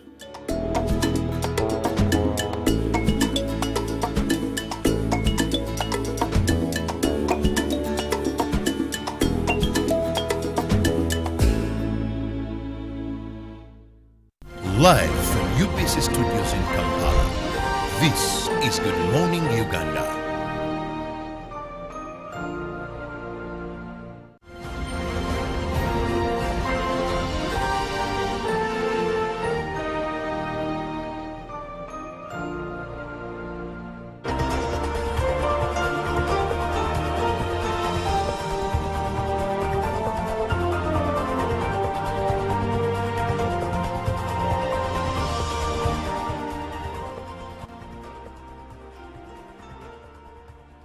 With us on Good Morning Uganda. Time for the agenda segment with me, Olive Monica Najima, and a special guest. Now, before I even introduce the special guest for the day, today we delve into the country's export landscape and explore opportunities for growth and development. And we are discussing a comprehensive plan to boost Uganda's exports and drive economic growth. And would like for you to join us as we explore this topic and the key drivers of our exports, from traditional products like coffee to non-traditional products and exports, and the role of government policy and trade agreements. This is the conversation we're having this morning. And like I said, we have a special guest who will be discussing Uganda's trade, Uganda's exports, and that is Dr. Eli Twineo, who is the Executive Director, Uganda Exports Promotion Board. Thank you so much for joining me this morning. Thank you, and good morning to all the listeners and the viewers who are online and different places. I'm glad to be with you this morning. All right. Now we are going to launch right into the conversation around Uganda's exports. So first of all, what are the main products that Uganda exports and how have these changed over the years? I remember in my primary school we had two products, coffee and cotton. Where are we now? Thank you very much for that question. Actually, as you heard the president when he was addressing the nation recently, we have graduated at independence, and straight after independence you had your right products, coffee and cotton and tobacco, and some tea, and then you had tourism, and those were the main exports. If I tell you now, cotton is no longer even on the radar. Okay. And those were referred to as traditional exports. People knew they were growing them, coffee and cotton and tea, as cash crops. They were even referred to when we were studying as cash crops. Yes. Which are Uganda's cash crops? Coffee, cotton, tobacco. As if these other products are not cash crops. Okay. Meaning that these other products, including manufactured products, including meat, including beef, including milk and dairy products, we are not cash crops. Including sugar, fruits and vegetables. They were not cash crops. So we have graduated from all that way. When you look at now, Then we came and what we called non-traditional exports. Because then what you called your cash crops, what you called your coffee, your cotton, your tobacco, tea and tourism mainly were regarded as traditional exports. So we graduated and added non-traditional exports. Around the 90s, around 1990, 95, we came up with now the term more non-traditional exports. And those non-traditional exports have now become the main exports. So except coffee, which is doing very well, because coffee now we are above $1 billion of exports. Yes. We used to have coffee between $400 million to 500 million. For a long time, it stabilized there. So, but now you have manufactured exports. What we call iron and steel products or base metal products. Yes. Bringing, have been bringing $100 million and going to $200 million. Then you have vegetable oils and fats. Some what you call cooking oil and products, Butu, are giving us over $50 million and going to 100. Yes. Then you have cocoa beans, what we call cacao. People didn't know Uganda produces cocoa, which we do. Where we get chocolates. We do in large numbers. We are exporting now around $200 million. Wow. Can you imagine? We have fruits and vegetables. We are exporting more than $50 million. You know, fruits and vegetables, you talk of issues of vegetables, we include even chili. We export a lot of chili. We export a lot of all green vegetables. We export avocado. Yes. We even now export, even in addition to plantains, to normal matoke. But then you also export dairy products. Products out of dairy. And we are getting a lot of money. Uganda now exports a lot of milk and milk products, including products of milk that we export to United States of America and India. And then you have cement. And like you said at the beginning, we have sugar. So the array of exports is big. We have minerals. We export more than $2 billion of gold. And as we go ahead, you'll find that we are going to get more gold along the way. Yes. But also we export services. Like medicine. You have tourism, you have logistics and transport. How do we exactly export tourism? Now, tourism, let me explain it this way. Somebody is in London and wants to visit Uganda. Says, I want to go to Uganda and see the mountain gorillas in Windi. So they keep their money, they get on the plane, they land in Uganda, main at Entebbe International Airport. They are picked by a tour agency, which will make them sleep in some hotel in town. Then they take the route to Windi, or they go to Queen Elizabeth. They don't want, if they don't want to see the gorillas, or they go to Chobe or other places. So, as they are spending that money, we are exporting, because this person is not a Ugandan citizen, not even a resident. All he has come to do is he has come to visit. To visit Uganda, Yes. explore Uganda. Explore Uganda. Yes. And you know the tagline now for Uganda's exports of tourism is explore Uganda. So this person is exploring Uganda and is paying in dollars or in pounds. This is now tourism. So for tourism, they come and spend money here. For other exports, we push the exports to the markets and they give us money, we get it back.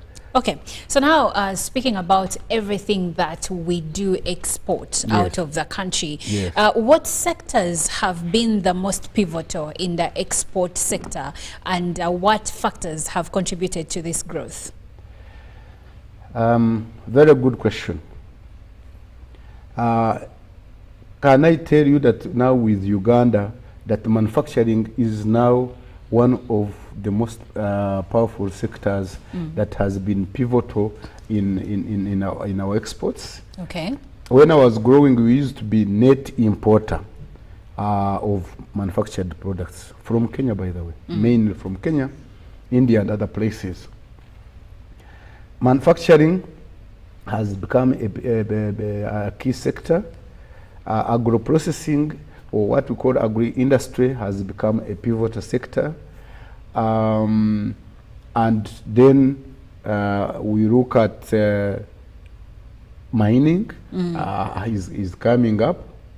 And to me, these become important, but then you have also other areas like fisheries. You have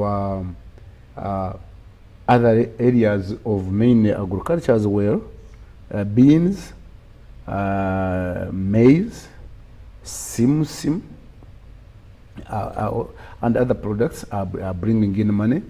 So when we look at manufacturing, I can tell you, you have iron and steel, what we call base metal products. Yes.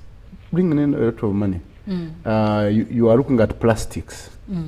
You are looking at beverages. You are looking at paper and related industries. These are bringing in a lot of money into this country. Whenever I say base metal and products, is nails, roofing materials, angle bars, and a lot of money. Okay. Now, then there is what, if I want to go to agro-industry or agro-processing, yes, then I add sugar. Then I add vegetable oils and fats. Yes. Then I add some cosmetics. Some of these companies of ours that are making locally made products. Like I know yes, there is a thriving sector when it comes to cosmetics, and that is products made out of shea butter. And related, and then winery. A lot of local wines are being produced, consumed here, that's right, but also exported in the region. Okay. Then again, if you say agro-industry, vegetable oils and fats, what we call cooking oil. In fact, when you look at our statistics, I remember at one time there was politics and people said, hey, Uganda has already started exporting our oil, like oil from the soil. Yes. Then I was explaining to people in a non-political way, I said, we are exporting crude oil excluding petroleum, meaning we are exporting vegetable oils and fats. Say that again so that they understand. Yeah, Uganda needs to understand we are not yet exporting your oil from the soil, from down there. But we are exporting vegetable oils and fats. Yes. And sometimes when you look at our statistics, you should see crude oil in brackets excluding petroleum. Excluding petroleum. Now, we are having a conversation regarding Uganda's exports, and I am speaking to Dr. Eli Twineo, who is the Executive Director, Uganda Exports Promotions Board. Now, he's mentioned some of the exports, some of the sectors that are exporting products and services out of the country, and there are quite many. Long are the days, or gone are the days, when we only exported, or we only knew that we export coffee, tobacco and cotton. Now he says there is a lot we export in the realm of manufacturing, in the realm of services. I mean, we have medical doctors and lawyers and many more that go out of the country to take their services, but also there is tourism. So there is a lot that we export as a country, and this is the conversation we are having this morning. Now, if you have any questions to Dr. Twineo, you can send them through WhatsApp number 0709 602 592. Now, Doctor, I would like for us to speak about government policy, because everything cannot happen without government policy, whether it is favorable or unfavorable. Now, looking at the success stories that you're mentioning and the billions of dollars that you mentioned that come from our exports, one would wonder, how does government policy influence export growth in the different sectors? And that is a very good question, because for you to expand and increase and widen exports, what we even call it diversification of exports, yes, you need a strong government policy and support. Yes. Beginning in the early 1990s, first of all, the government realized that they were not good in business.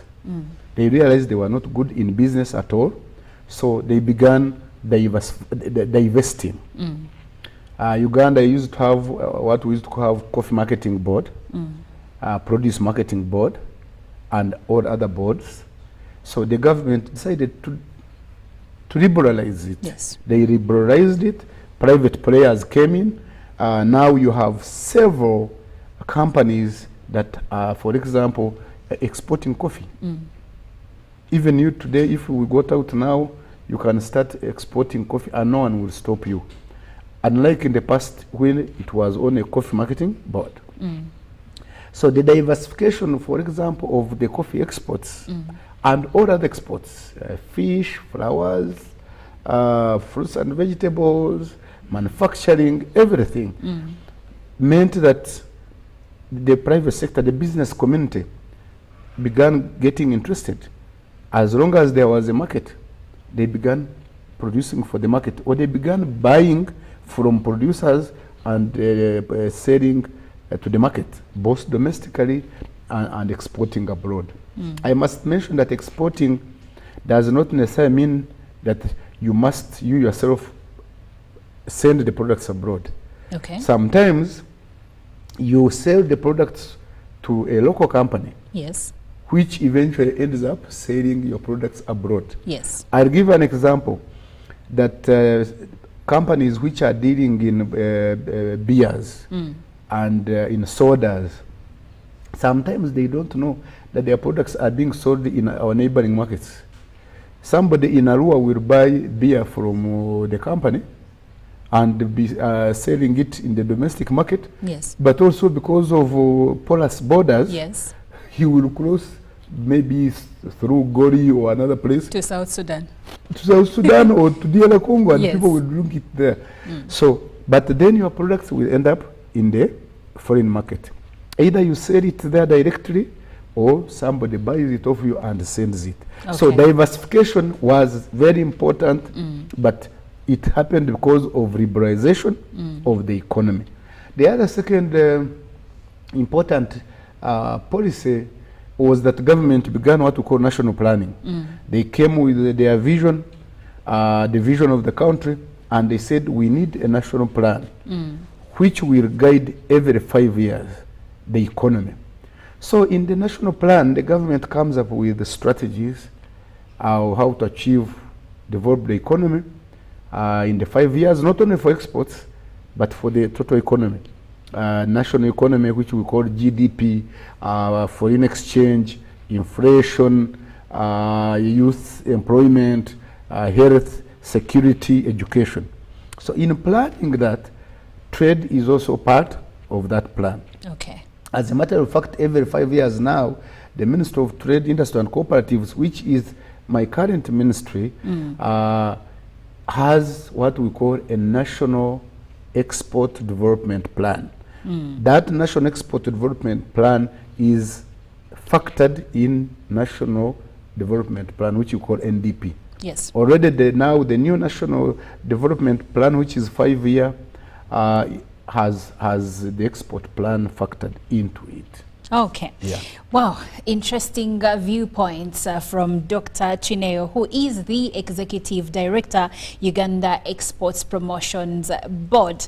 Now, this is a conversation that basically delves into the export sector of Uganda. You could be in manufacturing, or you could be into any industry. I believe that this is a conversation that concerns you, in the sense that where do your products go? Where do your services end up? And if you have these questions, I believe this conversation really benefits you. Now, Dr. Twineo, let's look at coffee exports. And I understand that coffee is a key driver of foreign exchange in Uganda. And there have been questions around value addition vis-a-vis sending raw materials to other countries. What would you have to say about that? Are we better off sending coffee as a raw material, or when we have added value to it? First of all, let me mention that Uganda and Ethiopia are the biggest exporters of coffee in Africa. Yes. Ethiopia consumes domestically between 93 to 97% of its coffee. They drink a lot of coffee. I don't know whether the English word is right, that they are coffee drinkers. I don't know. But Uganda, we produce a lot of coffee. Yes. And we could say virtually export almost 100% of it. Yes, I think. Is it because we are not a coffee, what's the word? We are not a country that enjoys coffee. Do we like tea more than coffee as a country? And it's, let me mention that our coffee is so good. Yes. But culture is a very deeper thing. Culture takes long to go away, or to be Sometimes modernized. It doesn't go Sometimes it never goes away. Yeah. So when coffee and tea were introduced in this country as drinks, yes, as beverages, we were told tea is good for you. So Ugandans took to tea, chai, coffee, majani, and whatever they called it in vernacular. Yes. But coffee, you drink some tea and export, but for coffee, it was purely for exportation. export. You have to take it abroad. And it will be your main cash crop. And so it was the psyche in the mind and the minds of our people. They were told coffee was for export. And indeed, we have exported coffee since colonial times till now, but we have exported coffee as coffee beans. Yes. Time has come, and for a long time we are saying, can we diversify coffee exports? Exports maybe begin to add value, agri-industry, agro-processing. So we begin to add value to coffee, so we don't export it wholly beans.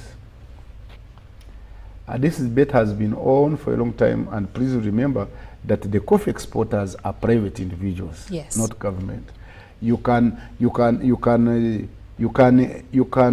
bring them in using policy, but you cannot force them. You can't, because it's their land, it's their energy, it's their business. Investment. Yeah. And for them, they want it that way. And the challenge has been that most coffee exporters, the big exporters, who are international companies, are just offices here. They get coffee and send it to their what? To their international office, their international headquarters. Yes. So even domestically, these companies have not big control or big decision making. The decision making is with their international offices. Now, when you speak about diversification of coffee, and this brings in the big topic that the president has been very loud about, that is value addition. Now, when you also bring into this conversation the coffee farmers who want to export their coffee as beans, what would you say to these farmers in terms of impact when they export their coffee, when it has been processed, vis-a-vis when they export it when it is in its raw form. What would be the difference in terms of income? And of course, the larger question also is, as a country, do we benefit more when we process the coffee and export the processed coffee, or when we export the raw form of it? Switzerland and Germany are the major exporters of coffee in the world. Yes. They don't have one single tree of coffee in those countries. Please remember, those countries are in the temperate world. They are not in the tropics where coffee can thrive. Yes. So sometimes they have winter, a lot of snow, of ice. Sometimes they have autumn, they have spring. But do you know what they get? They get money from processing. Switzerland and Germany are the biggest exporters of coffee in the world because they add value, they process. So the president is pushing an agenda of saying, let us add value to coffee. And he has not said stop exporting coffee, and that's why you see we have now exceeded the $1 billion of exports of coffee. So keep but which exporting the coffee beans. As you add value, progressively, you must add value to make more money. Because when you add value, you get more than 10 times, sometimes even more than 30 times the money you get out. Even the farmers would benefit more if we were adding value to coffee. So let me ask, when it comes, because you're the exports person, you understand this. Yes. So how much is a kilo of unprocessed coffee beans on the world market vis-a-vis the processed one? It is sad. Okay. Yeah, it is anywhere between $1 to $5. The unprocessed. Unprocessed for a long time. Okay. But the processed one? The processed I'm one, waiting. The processed one is too big. It will be $40, can even be $100. Oh my depending God. on how you have called it, fine coffees, refined coffees.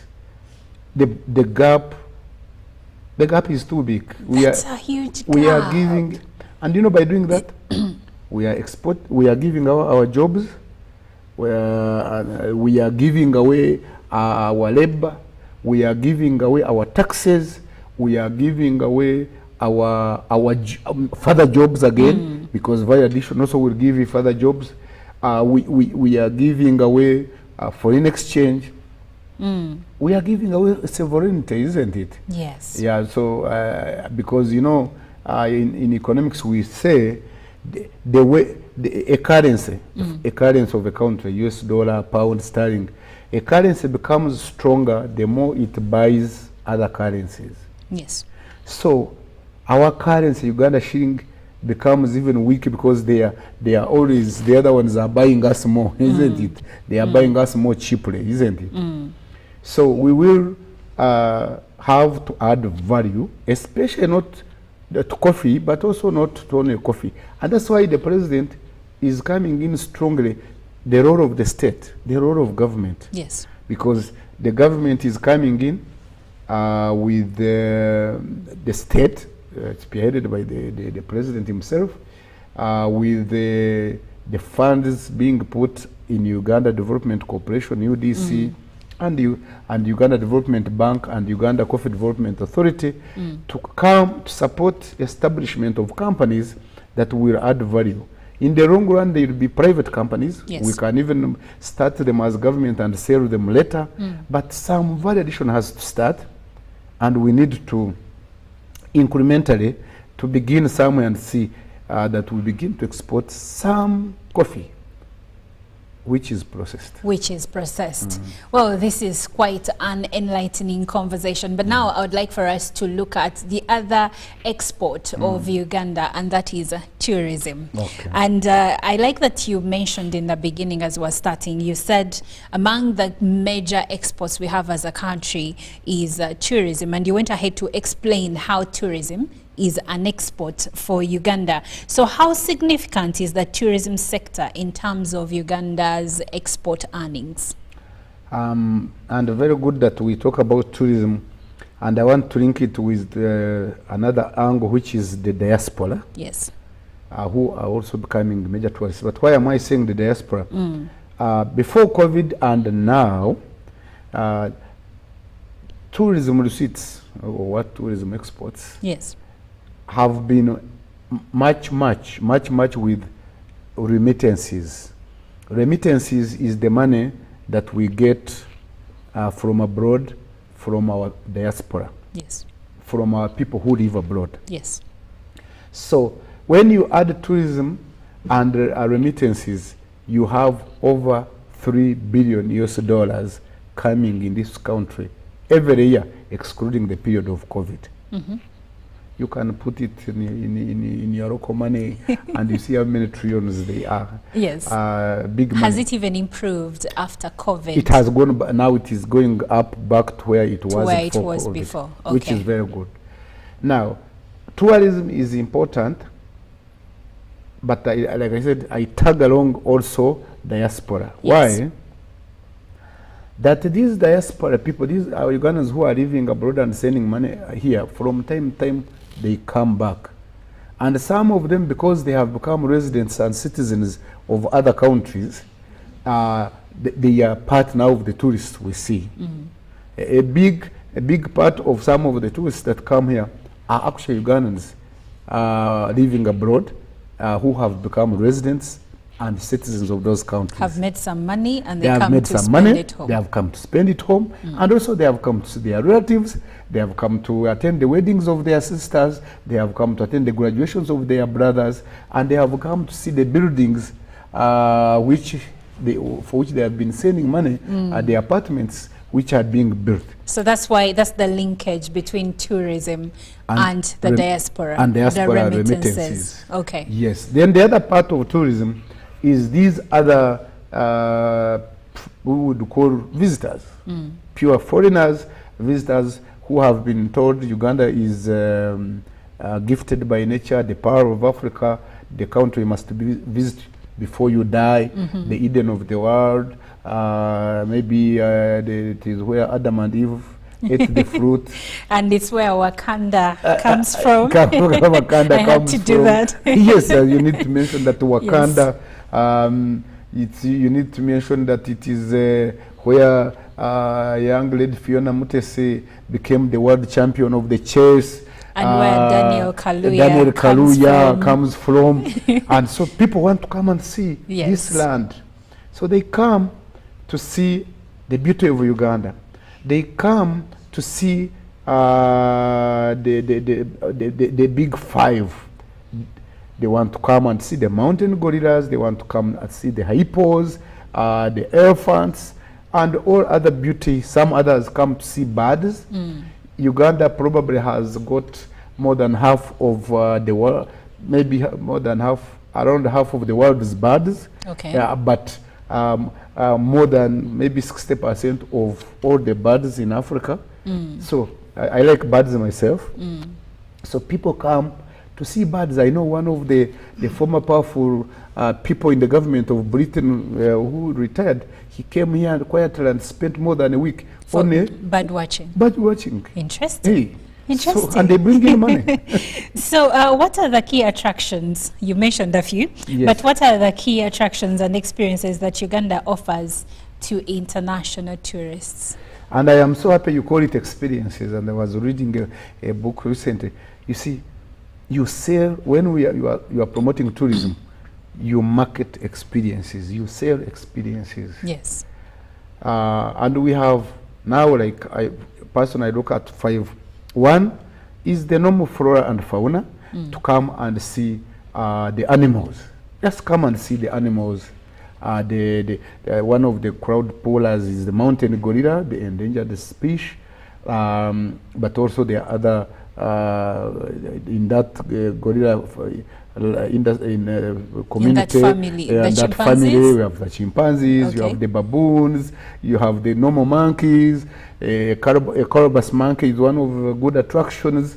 to see with its different colors, but also you have the lions. Yes, including the climbing lions. I just learned recently Yes. that Uganda is among the countries in Africa that have the biggest number of lions. Now, I know that some countries have over 1,000, but actually we have 480 lions in the country. So you can That's imagine. not a small number. It's not a small number, and we want it to increase. Yes. The challenge we have is community and wildlife. We need to sort out that relationship because some people kill them. You remember the people encroaching on the natural habitats of a this few years ago, yeah. they killed some lions, climbing lions, a lot of them, and they were allegedly poisoned. So, but lions are an attraction, and when the lion roars in the jungle, you have had films about it. But also you have the elephants, you have the hippos. Some of these, I would say, surviving dinosaurs. Eat fish from the fresh water lakes. You see, most of the fish they eat in the world is from the seas. Okay. And that is salty. Salty, yes. That is not natural fish. That is not from the tropics. So they want to see that. But the River Nile, you see, since the time of the Greeks' wisdom and revolution to wisdom, yes, people had always been looking for the source of the Nile. So who is that? The Europeans. You see, lately when I talk about African history Yes. and even our history as a country, Uganda, Yes. I like to distinguish between the fact that we, the indigenous people, Yes. knew that these things were here. Yes. And was it Samuel Baker?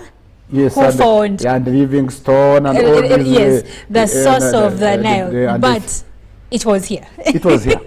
You must tell them that these lakes and rivers have been here, and that our great-grandfathers were not lazy. They knew they were there. And they had names. And they had names. Narubale, Narubale, thank you very Chira. much. Chira, Yes. Narubale. You see, they had names. So these guys should say he was the first white man to find, to see yes, the source of the Nile. He was the first white man to reach like Victoria, yes, but they were not discoverers. They never didn't discovered. discover To discover something which already existed. Yes. You mean our great-grandfathers were too lazy living around these lakes, fishing in them? And they were not seeing them. And they were not seeing Well, we are looking into Uganda's export sector, and I'm having this conversation with Dr. Eli Twineo. But now, Doctor, I would like for us, as we come closer to the end of our conversation, I'd like for us to look at trade agreements and how the government is promoting regional trade agreements and partnerships to enhance export opportunities for Uganda. Yeah, that's very good. Before I go into that, I just want that we don't miss one other source of tourism, which is religious tourism. Okay. Every year, Christians come to Uganda to see where the martyrs were killed. Yes. Then the other one is the Gaddafi Mosque, which is one of the biggest mosques in Africa. So the Muslims come to pray in one of the biggest mosques in Africa. The other day I saw it on one of the TVs, and inside I've never entered it. It's too beautiful. One of these days I want to visit it. But let's come to trade policy, yes, and negotiations and agreements. Just in a few. In a few. Yes. Uganda government did a good thing to become a member of COMESA, the Common Market for Eastern and Southern Africa. Uganda government did a good thing to become a member of the EAC, the East African Community. Because of those agreements, because of those regional integration engagements and our membership, Uganda is exporting more than half of its exports, merchandise exports, to the EAC COMESA. more than 50% of our merchandise exports go to EAC COMESA. Then the rest go to other places. So trade agreements are important. Again, regularly we're having trade agreements with the Europe. We are negotiating all the time because trade agreements give you what we call duty-free, quota-free access to certain markets. Let me tell you, globally, all markets are protected. Yes. And you know what I mean by protected? Markets are protected means all markets have trade barriers in form of taxes and non-tax barriers. So if you don't negotiate agreements with other countries and you have what we call bilateral agreement or multilateral agreements or trilateral agreements, then you will not enter those markets. Well, thank you, Dr. Eli Twineo, for having this conversation with us. It's been quite enlightening. Thank you. I have learnt a lot, and I believe that Ugandans in business, manufacturing, and any other sector have picked a thing or two. So thank you so much for coming through. Thank you very much. Well, we've been speaking about Uganda's export sector, and I have been having this conversation with Dr. Eli Twineo, who is the Executive Director, Uganda Exports Promotions Board. Now, if you missed this conversation or you caught it at its tail end, you can visit our YouTube channel and you will have a go at the entire conversation or the entire show if you missed us from where we started at 6:30. Now, I'm going to sign off, but I'll leave you with Ruben Mpima with sports updates. I'm sure there is so much more he wants to share with you, especially coming from the Olympics that started last Friday. Stay tuned.